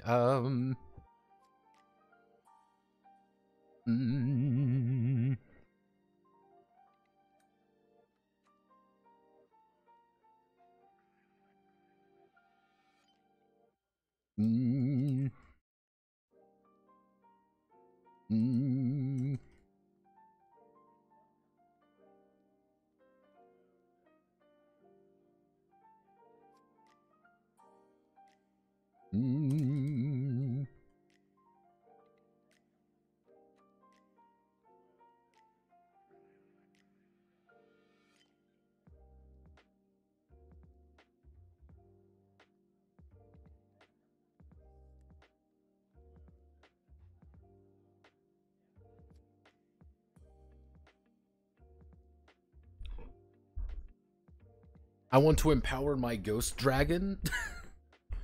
What do you mean you want to empower your ghost dragon with 20 HP currently? I want to empower my ghost dragon to make him so that he can do even better. Again, this is Angel Summoner and the BMX Bandit.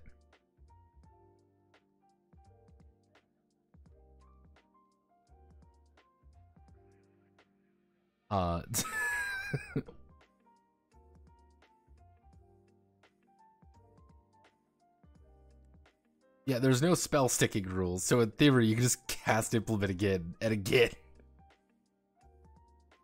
Again, this is the funny thing. There is no such thing as, like, limits or, like, what spells do or anything like that. So yeah, you can freely cast anything you feel like as many times as you want to. So if you want to create Giga Dragon by just empowering the creature endlessly, you can. Yeah, here's my Protection 25 Ghost Dragon with 800 life. I'm an immortal demigod, he's my best friend, and I have absolutely no problems in life. Being like, hey, wizard, you ever think about me, the warrior? You need some help with something? Nah, I got this. I could move the catapult. See, I gotta give him credit for this. At least mages had a use early, like, in late game for the warriors in Enchanted Country. Because in Enchanted Country, the warriors were the only one able to use the catapult. So you would just have you just have endlessly phantom summon yourself as a mage, and then just have your, like, 3 warriors and their multiple catapults just rolling around the countryside. It's great. See, this entire game every now and again reminds me of that story of one of Gygax's players who would just, like, roll around the countryside holding a magic orb, making him floating and invisible constantly, like he was just this immortal weird demigod that would just fuck around with people. Lives remain the same, other characteristics, attack defense become the characteristics of this monster. Yeah, Incarnation's another fun one. For one fight, you can just become whatever you want. So, in theory, you could just incarnate into any monster of your choice. And for one entire fight, you could just become a gold dragon, and there's nothing that could stop you. Your lives aren't very high, but who cares? You're a gold fucking dragon! A reflection of mana, so we want to do...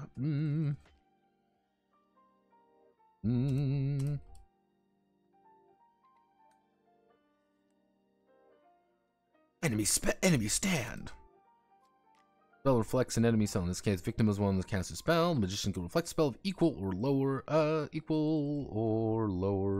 level. If the spell level is higher than the mage level, the spell is wasted. Event of the defending and attacking magician both cast reflection spell.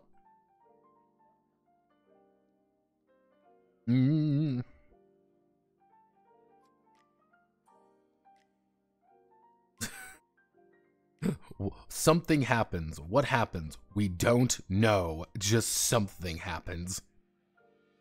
And it's very funny. Whatever happens, we all win.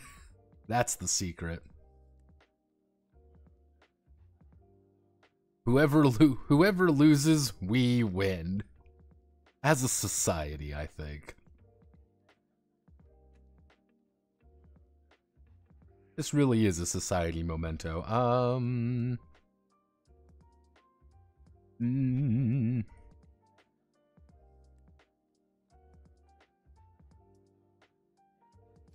Let's see. Spell dissipates without any effect.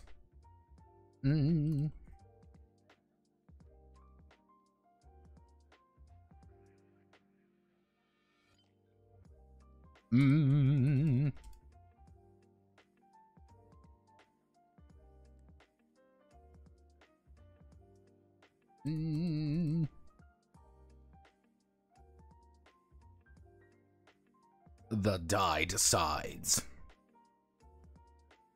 There we go.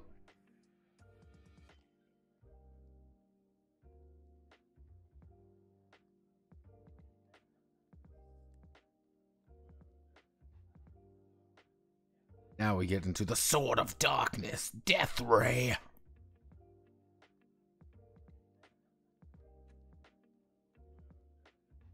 And now neither of us will be virgins spell. The Sword of Darkness. Character's weapon, 1 fight. Points of lives taken. Points for lives taken, points for lives taken, points for lives taken. It's a ghostly Sword of Darkness.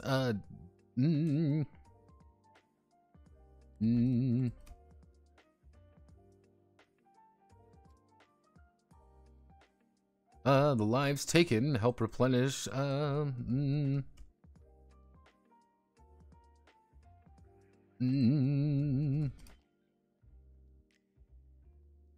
own life points. Sturdy. Sword of Darkness. Sword of Darkness. One opponent.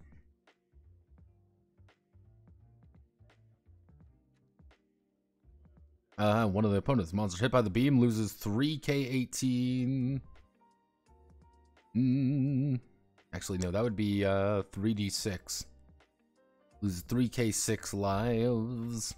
Earthquake. All opponents for 1d6 rounds cause an earthquake. 1k lives are taken away from all monsters nearby for 1k6 rounds. Double. For one battle, the exact copy of the character of any character appears. Remember, this is also a magical effect, so please. Warrior must have use. He material for... No, it's 3k18, I believe. Let's do a quick check. This is a level 11 spell. It is 3k18. Yes, that is, in fact, you are correct. It is 3k18 lives.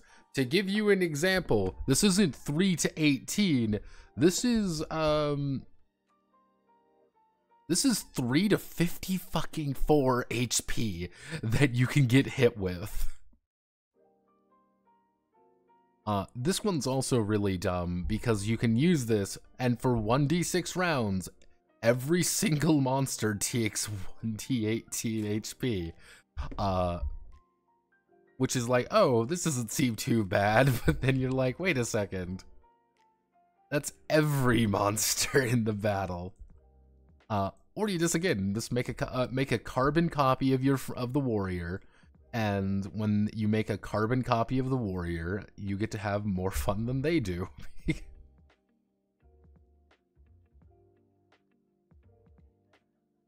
And of course, our favorite spell, just the apocalypse. Just cause a localized apocalypse. Let's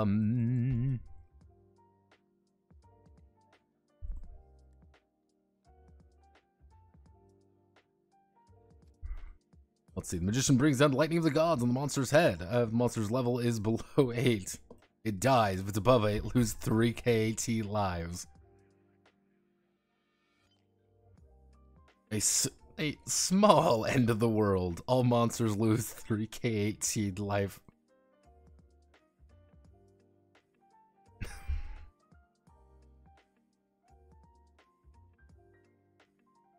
Life points. Unleashes the force of Rampage. Completely destroyed skull. All creatures up to 8th level. Spell has no effect on other creatures. Ah, yes. A small end. Yeah, arranges a small end of the world. Alright, so,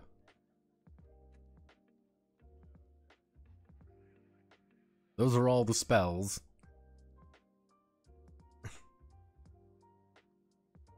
The Golden City. Da da da da da da da da. I will probably put something on here just to fill it out a little bit. So next we get to go all the way in here. Let's see. A narrow and dark corridor leads you to a small iron door. It's guarded by a sullen zombie in a cramped rusty shell. When he sees you, he draws his sword from its sheath. You'll face a new problem. The with magic lockpicks or luck 12.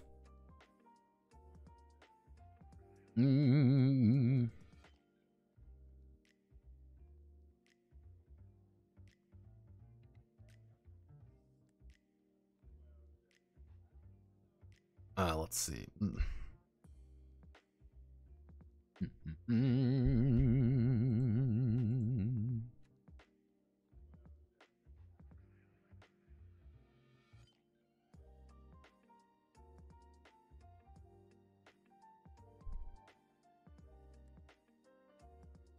Bros, my brothers in Christ, you will never defend the castle walls against the rampaging horde of literal actual draconians.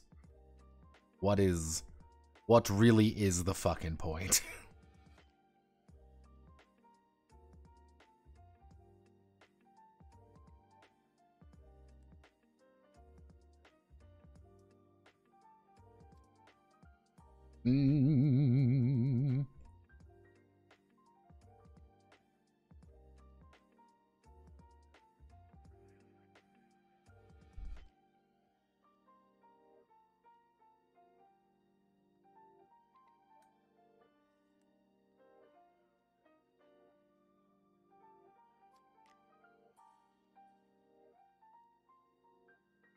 Is luck 10. The ladder is not thrown back. Then draconians who climb, squeeze through the loophole, and attack. You come with the fight victorious. You retreat from the city and gather in one big squad. 2 guards come up to you. 2 guards come up to you, slap you on the shoulder. And each of them gives you a bottle.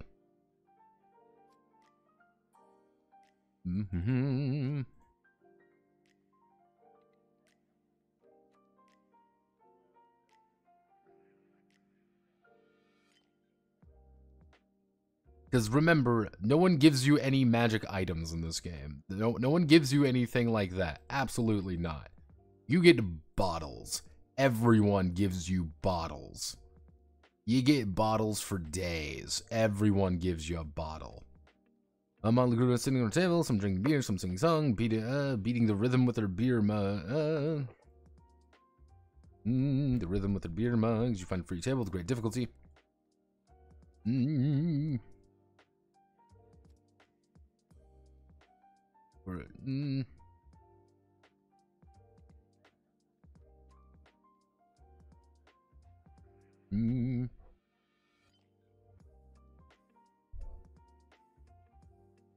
Let's see, he gives you 20 and offers you to join his staff. He gives you 20 coins for the battle. He looks at his shop for a merchant. He looks at you sullenly and waits for you to buy something and leave. Dilapidated wooden ladder leads to a trapdoor and see 2 giants are at the foot of the ladder.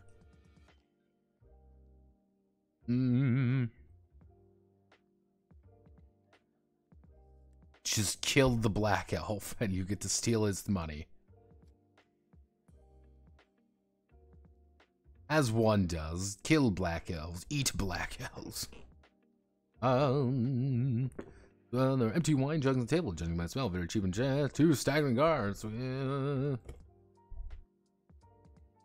offer you to shoot it as well. Luck 10. Wait, luck 10. If you hit the head with an arrow sticking out of its eye suddenly comes to life and says in a hollow voice, "Damn you! Damn you!" Both guards turn to stone. You are seized with paralysis. Cramped room. The Merry Man. The Merry Man is an actual monster from the book. All he wants to do is play fucking dice.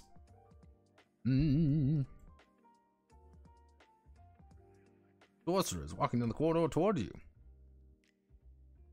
Magic swirl with a level 4 spell. After that, he disappears in the thin air. Again, the most important thing you must know of that is every wizard in the Enchanted Country and in turn the Black Magician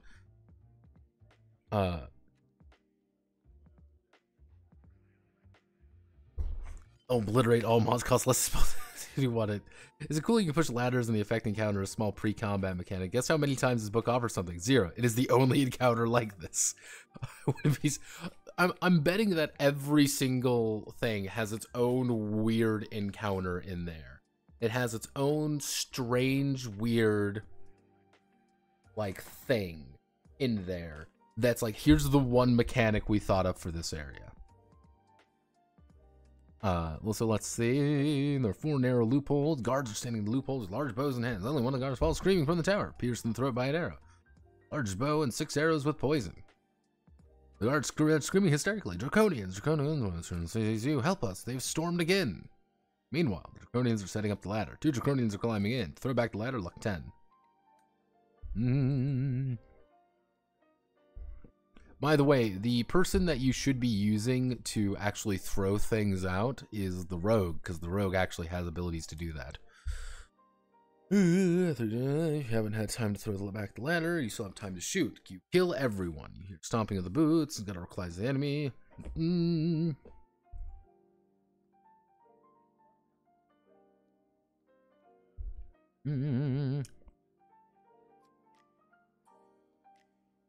He has many such bottles. Dark glass bottle. You have entered the pitch black. In this darkness, heart-rending screams. A minute later, 3 angry orcs attack you. Fall to the chair. Hundreds of candles. Rare servant response. Souls fell in battle with the Draconian. The center of the banging bowl in holy water. Each warrior puts money in the bowl and washes his face. There's some small casket above. Stone statue, naked man. Cost threshold. Statue says the casket belongs to a black magician and threatens you with immediate reprisal. And the casket is the root of Ent. As soon as you cross the threshold of the hall, the statue says that the casket belongs to a black magician and threatens you with immediate reprisal. My encounter offers you delicious hearty lunch for 2 coins plus 1 life points.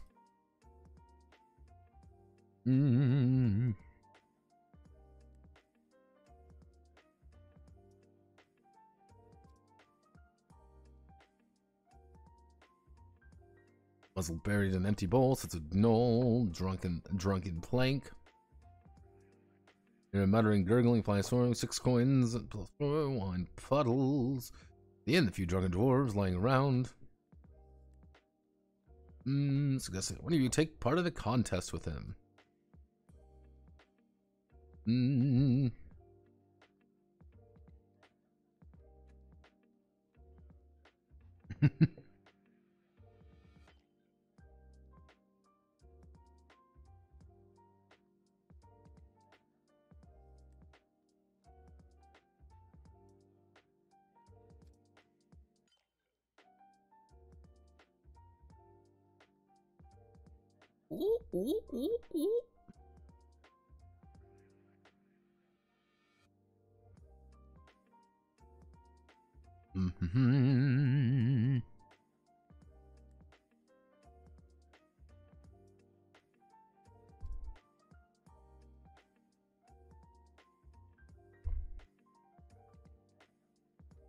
Roll 8 up. Roll 12 up. 15 up. Roll 16 up.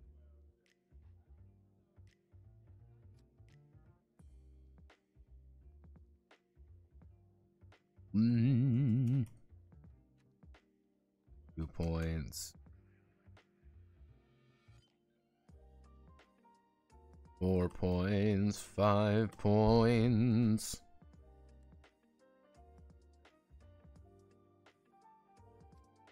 Every person throws 5 times. Some point. Whoever wins more wins. If you win, the guard gives you this. And if you don't, he gives you some darts as a souvenir. Yeah, you just get to play darts.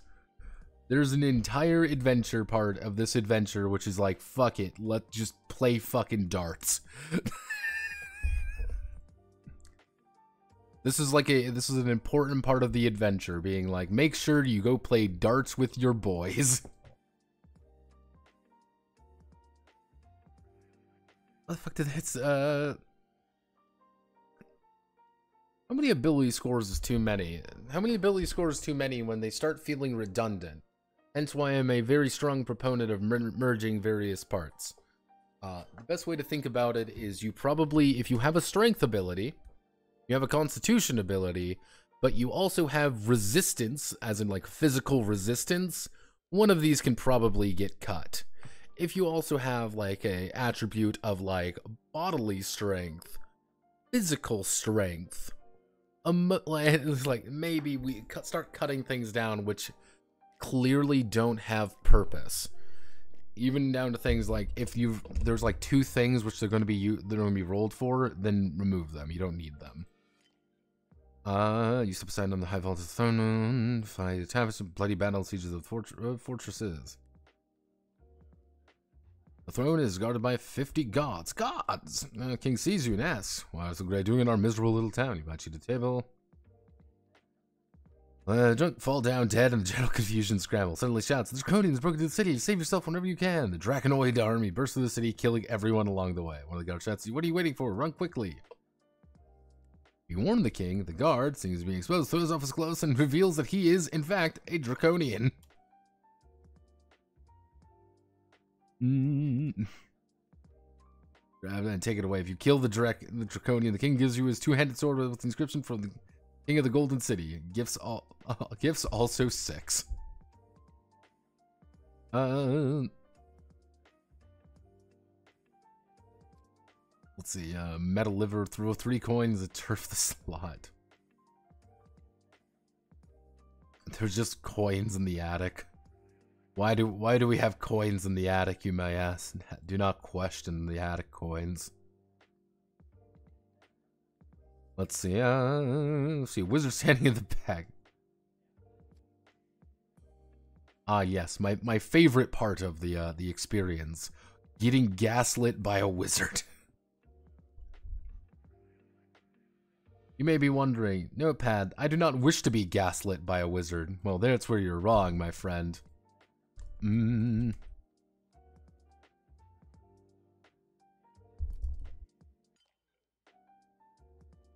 That's not even described as like.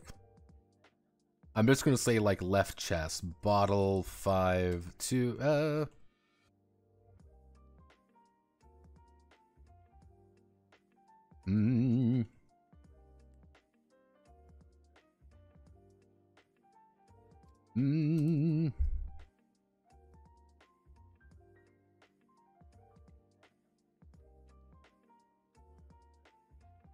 There we go. Oh, bottle 5, bottle 1, 2, bottle 5, bottle 2. I'm not even like this isn't even in there like where they are. It's just like just choose a favorite chest. It's just like left, center, or right. Black Stallion, full gun, throws a spear at you if it hits. A Death Knight emerges from a Death Knight. 2 orcs and 3 berserkers are fighting. Well, put that on the swords and ask, well, help all you can. If you help the orcs, you get 4. Berserkers, you get 10 coins. In the chest is an artifact. Archway, very interesting. It's black dragon. Yeah, a fucking black dragon. Seems intimidating. It's not too intimidating, relatively speaking. Draconoids. The guard shouts. All down the stairs, back comes 5 Draconoids and bloody pierced armor, all with 1 life each.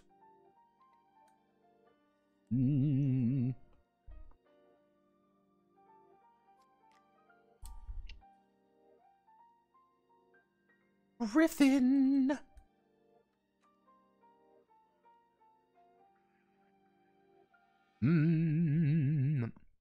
Kill it turns human. Thanks you saying he's going at the black magician turns stone. He's supposed to serve him. I'm chilling waiting for him at home. Gives you 5. Griffin sits at the entrance of the large throne room. There's a chest with the room. Looks like a crypt. It is vigilantly guarded by an iron man.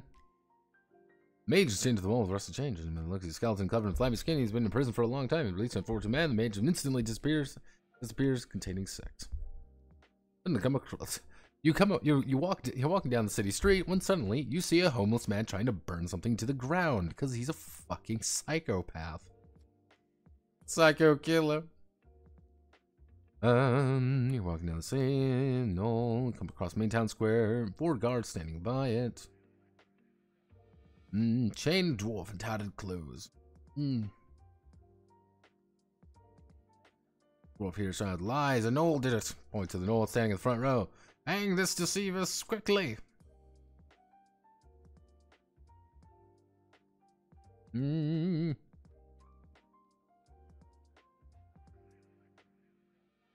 just get a dwarf friend if you want. Remember, if you just get a dwarf friend, you'll have a lot of fun because it's going to be your dwarf pal. So we do this. We reduce down the size. You've come to a vast plain. Do you want to help the Nazgul?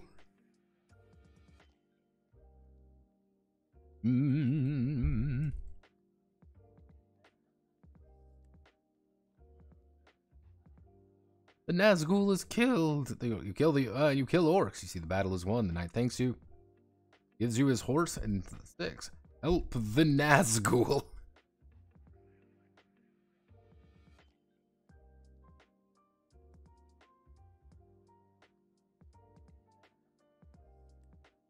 And then there's a 2-1. You drink, laughs, tells you to get out. If you don't drink, something shouts and 4 orcs attack you.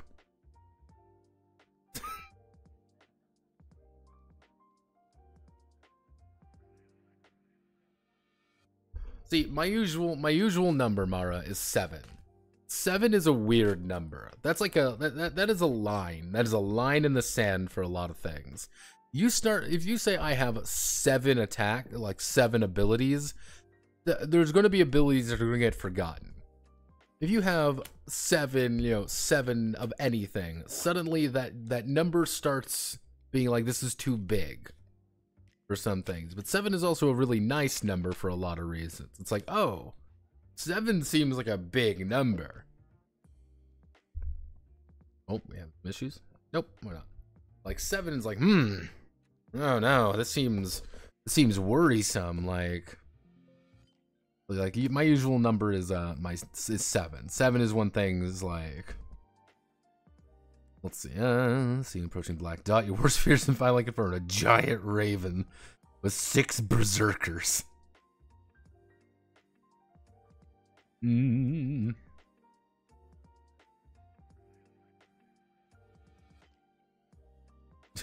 man like terrible wound inflicted by a 2-handed sword. Want to take it? Grabs your hand.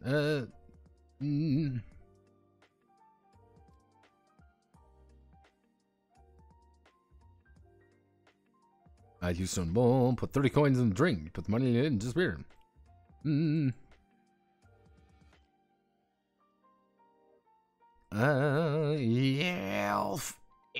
Elf. Yo, fallen hole, -1. Do you do?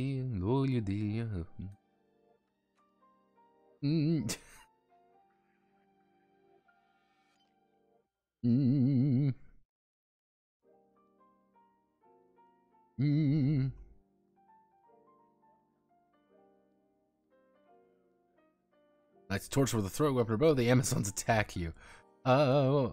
You have walked into a clearing surrounded by 40 bandits.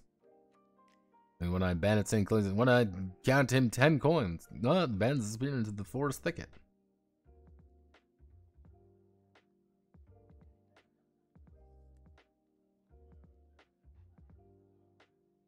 Yep. All right, there we go. Exactly 69 pages.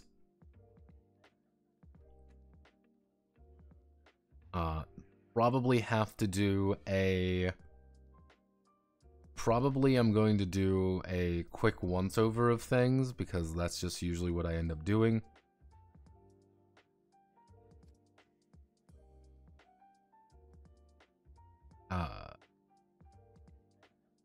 But I believe that is actually it. I believe we have fully compiled Spell of the Black Magician. Again, probably add some images from the monster manual a little bit. Also, I fixed up the cover to make it look a little bit prettier. 40 in the count, you need a magician in the party. Hey, why the shit is Total War 3 Kingdoms on Mac? I don't know, brother. 40 in the count, you need a magician. It's literally 700 rats moment. Yeah, exactly. The thing is, it's not even like they're incredibly dangerous. If you've got good armor, you really aren't in danger. It's just the fact that there are 24 orcs. It's just the fact that there's 25 fucking dudes.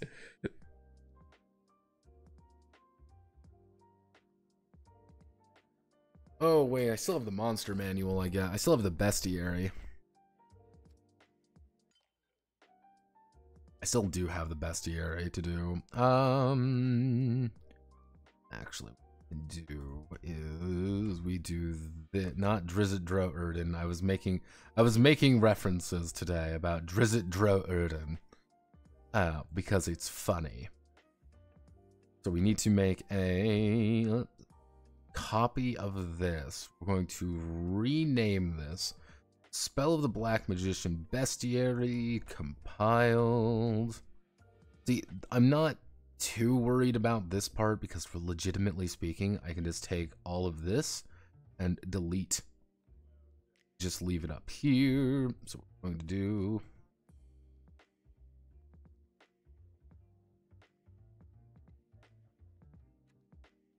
We did do a lot of work on this the other day, so I'll probably just do a quick once over. We can do that.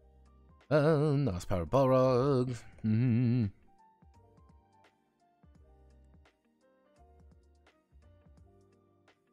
Yeah, you know what I'm gonna do? I'm probably gonna do this one off camera. Because it's not. Here's the thing. This is not like a something difficult to do. This is just something that's gonna take a while. That's all it is. It's just gonna take a little while of me, like, just going through and like double checking things. It's not going to be like, oh boy, time for some interesting content. No, there's going to be no interesting content here.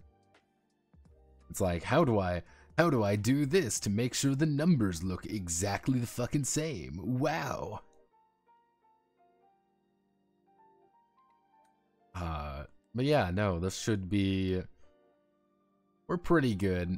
Again, probably do some just double checking here. Everything should be alright though. If you want to fight any of these things, you totally can. You want to fight the Balrog? Yeah. Fight the literal actual Balrog if you feel like it. There's nothing stopping you from fighting the literal actual Balrog. Oh,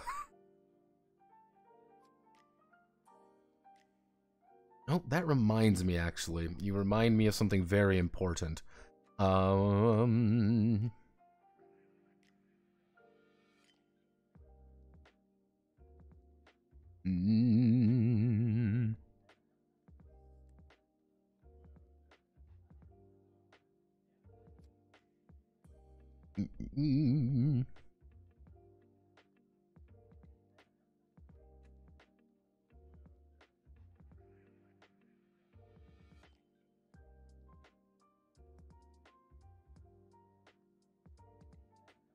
So we need to go here, we need here.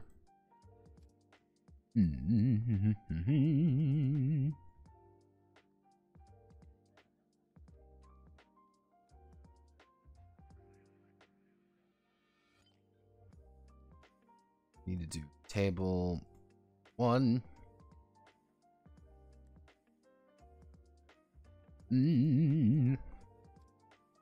The curious case of luck and how Maratog fixed it.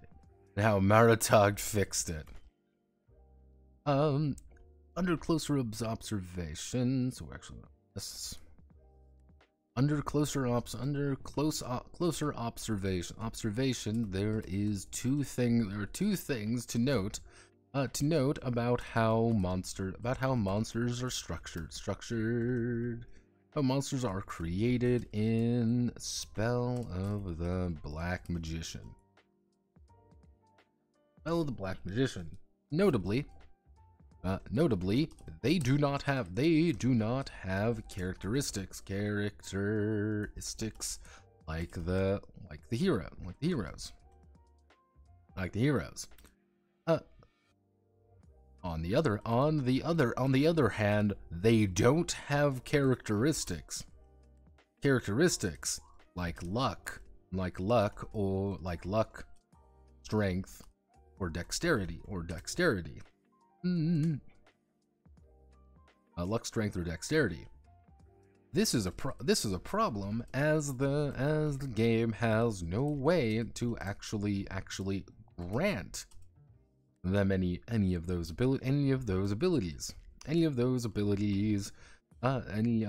bonuses. This problem is the game has no way of actually grant them any bonuses to resist spells cast by magicians. Cast by magicians or priests. Even extends to the fact that with 19 protection, or anything above 16 protection, in fact, is incredibly difficult for them to hit regardless. Which is incredibly difficult for them to hit regardless. Remember, dexterity slash accuracy is a bonus to hit. Let's see. Remember, dexterity accuracy is a bonus to hit.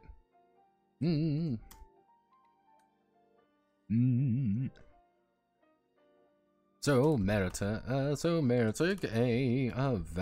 a valuable member of the consortium and DUWANG crew, created this handy chart using the bravery chart found in the book to impart bonuses and effects. Impart bonuses to the monsters.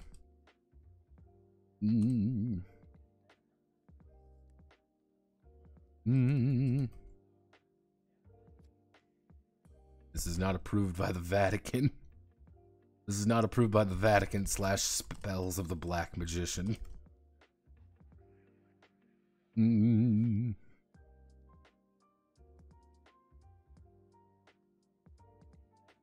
Visual, but well, your experience.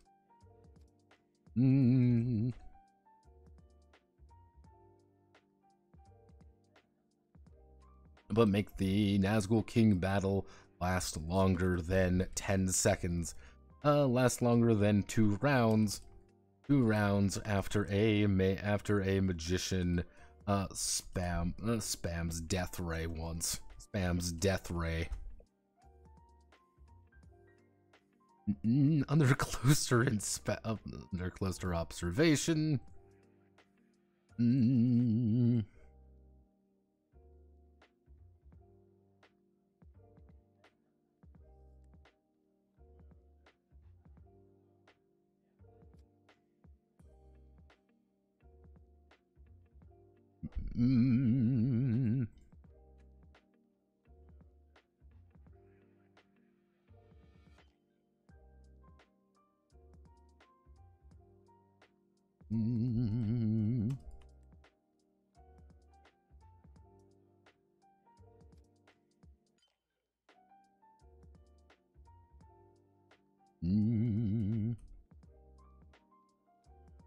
Hit modifier.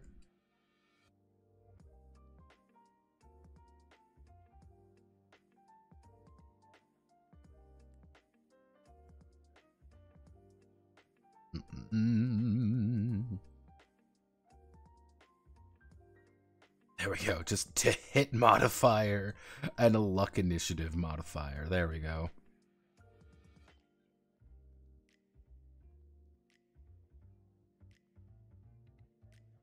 There we go.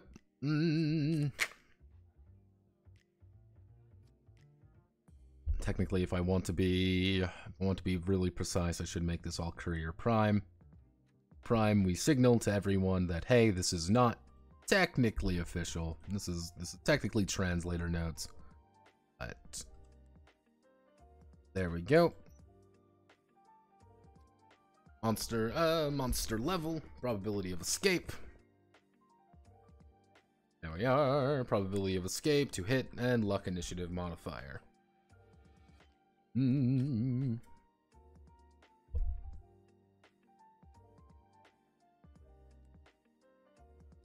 closer observation that monsters are created.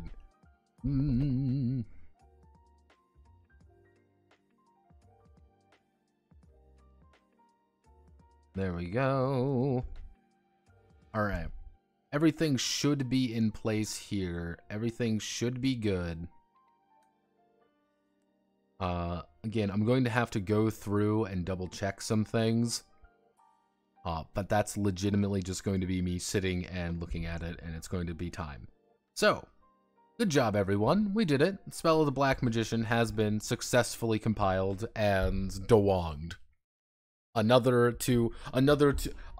conquest, as one might say. We've got a few ideas of what we want to do next. I will probably put it up to vote because I believe in democracy. And democracy is, and yeah, as we all know, democracy dies in darkness. So I'm gonna leave it up to democracy to see what people think. And we're probably gonna do a video, because video is fun. And we will pretty much, I'm literally going to put up 2 polls, and the first poll is going to be, do you want another DUWANG or do you want video? If we want video streams, cool. Choose from these 3 games. Hey, you want to do you want to do another DUWANG? Here's a couple DUWANG projects to do. Choose your fighter. But thank you all. It's been lovely. Hope you all have a lovely time. Godspeed. Good luck. It's 12:30 in the morning. I am going to leave now and put things away. I need to do laundry. No more Russian TRPG. But there's an MTG. There's an MTG war game with cross-chill with dice Delta 6. Oh, that's horrible. To give you an idea to what we have currently in the Euro folder, as I like to call it. In the Euro folder, we've got a few games to let's see, we've got, I believe this is Spell of the Black, that's Enchanted Country. Where was the one? Yes, we have this French disaster piece. Yes, we have this French disaster piece here. Actually.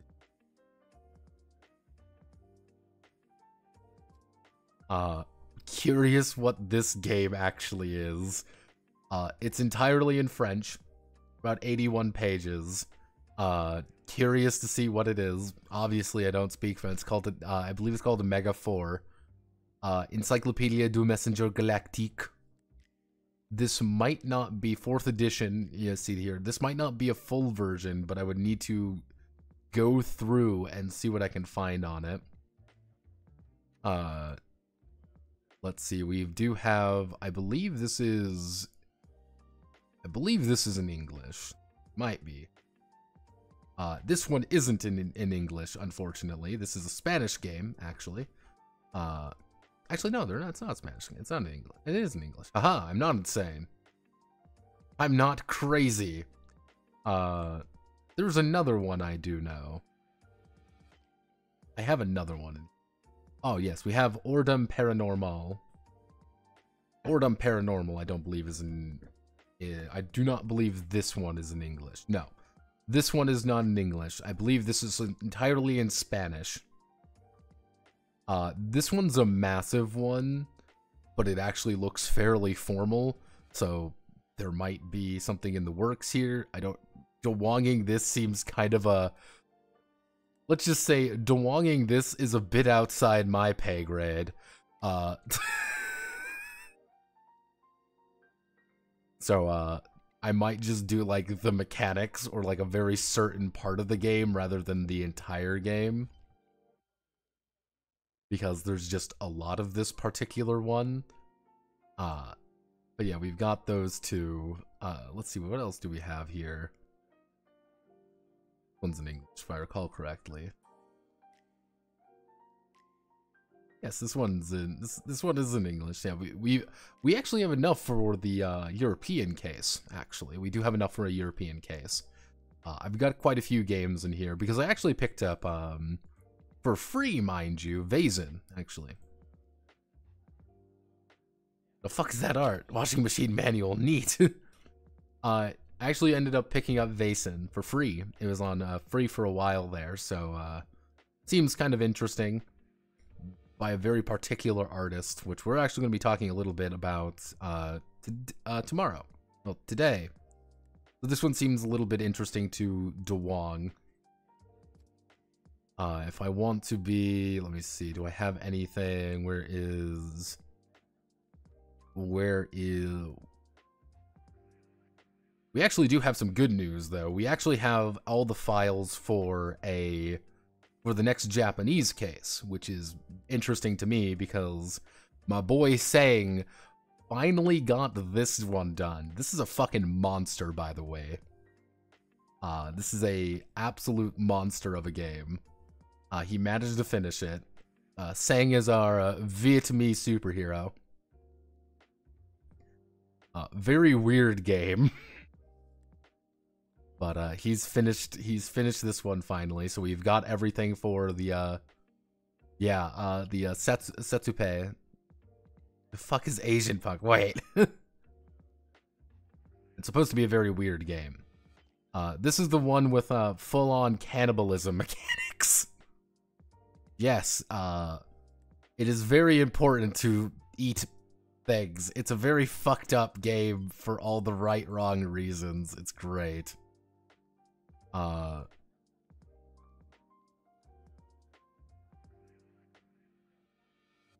Yes, I've got a few different games at this point. Let me see. We are in. We're so back.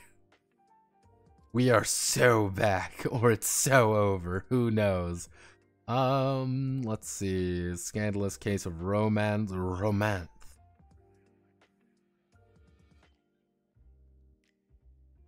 No, that's not.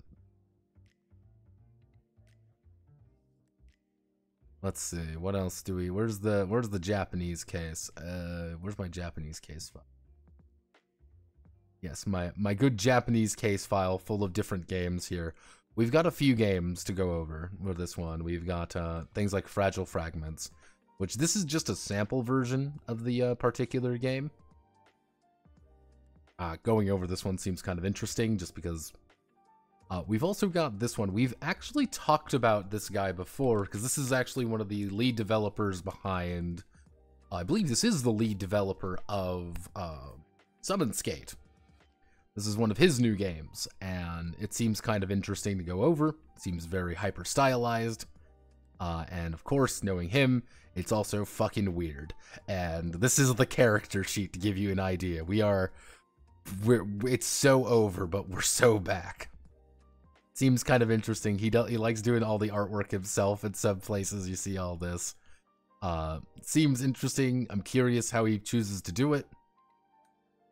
I've talked about this one a bit. No, that's not the one. We've also got the Rat Mech game.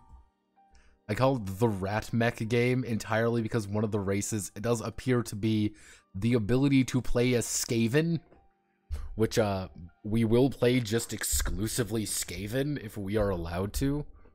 Looks like we've got Oni, humans, which is definitely not Shinji and definitely not Rei, magic humans, rain in a jar and squid people. I mean, I don't know what the fuck's going on here, but I'm like, all right, let's see what's going on. Let's see. I mean, what could possibly go wrong? What's this one? Oh yeah, this is a completely different game, which is effectively like a Persona game, also kind of doing its own thing, because so I'm like, all right, this seems kind of interesting. Is this the I don't believe this one even has a cover file to give you an idea. I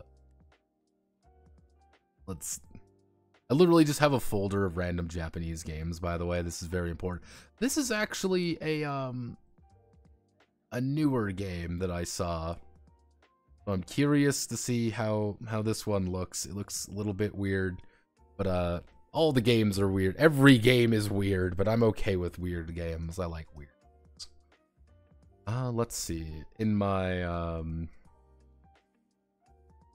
if you give me one moment, what I can do, I can unplug this, grab my HDD, my external hard drive here.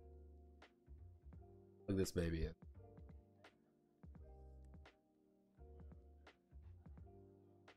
Of course, Girl Rat is just human. Damn straight. What do you think we are? We've also got Leveridol. Leveridol is the Rosen Maidens RPG, by the way. This is important. This is an off-brand Rosen Maidens RPG. Looks kind of weird. One thing about it that looks weird is all these fucking powers, which is going to be horrible. Absolutely nightmarish for me. But also appears everything's kind of played on like a battle map. It looks a little bit funky. Seems interesting, though. I have both of the Muv-Luv RPGs. If we're going to be translating the Muv-Luv TRPG, we're going to start with this one, move on to probably not even do this one, because this is a scenario book, so we probably won't do it. I might do one if there's like a wrong recommendation, but this is like the mandatory advanced rulebook. I do have both of them. I don't know where they might be, though. They might have got shifted around somewhere else, but I do have both of them. Which one are you? Let's see. What ones do we have as well? Oh yes, of course we have the Metabots TRPG. Because yeah, there's actually a full Metabots TRPG out there. I didn't know there was a full Metabots TRPG, and I feel incredibly saddened that I didn't, because I actually quite enjoyed Metabots. It's going to be interesting to do, because all of these are images. So, hopefully this one's going to be a little awkward to do if we ever do get around to doing it. Where was, outside of that, we also have... Can't translate that one. We've got the Book of Sacred Carvings. This is an old game, by the way. This is an old Japanese game that will be nearly impossible to translate for a variety of reasons. If you kind of notice the text and the fact it's just kind of a shitty scan. Looks fucking baller, though, by the way. Looks absolutely Kino. No idea what the hell it is. No fucking clue. Do I care, though? If it looks cool, I mean, is that like half the reason we're doing this? So, yeah, that's kind of one to muse about a little bit in the future. Where are... Of course, we have the French Black Sad book. For those who don't know, Black Sad's a Franco-Belgian comic. Very good. Which also leads into the Dark Earth book, which is a French book, if I recall correctly. Which is another one of those games where I can't DUWANG it, unfortunately, just by the nature of how it was scanned in. And I don't feel entirely confident doing it. It's not OCR'd very well. I don't feel entirely confident in doing that, but hey. It do be that way sometimes. It is. It does happen. We can't go over Stellar Night. Like, this is the entirety of fucking Stellar Nights. We need to, I mean, I need to, do some things there. Let's just say that. To do something.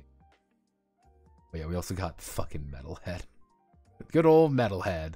Metalhead's gonna be one of those games where I don't think we can, like, really successfully do it. Due to not being able to copy certain things down perfectly, because the OCR here is also really bad. But I like the idea that it exists, and if I get a better scan of it, I could make it work. But I don't have a better scan. Simply. It is very 90s. The Sacred Carvings one is very 90s, and I'm very curious of what it actually is. I've seen nothing on that game. There is absolutely nothing on that one. That's one of those games that just don't... That's just one of those games that just doesn't exist anymore. And it's like, oh, what's this? It's like, who fucking knows? I don't think they know.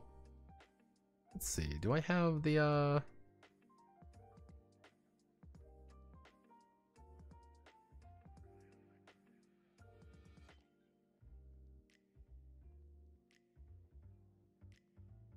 Oh yeah, here's the here's one of the other Muv-Love RPG stuff. Here's one of the other Muv-Love games. To give you an idea, I do have the Muv-Love games. They're just all in like weird places because of various reasons. Like, that's the only explanation I have, is they're in weird places for weird reasons. Let's see. Do I have anything else exciting? No, I don't really believe I do. So, thank you all. I want you all to have a lovely rest of your day. Godspeed, good luck. I will see you all on tomorrow. You'll see me. I know that much. Tomorrow you will see me. This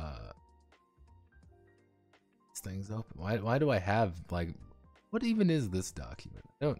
Oh, that's the Marvel game. I'm like, let's just open random documents and see what it is. Who fucking knows? Ooh. But yes, I will see you all tomorrow. We're gonna be working on Brave New World. Had a lot of things to do, but we're doing pretty good for ourselves. So thank you all. Godspeed. Good luck. Democracy will be voting soon, so bear that in mind. And I will see you all on the flip side.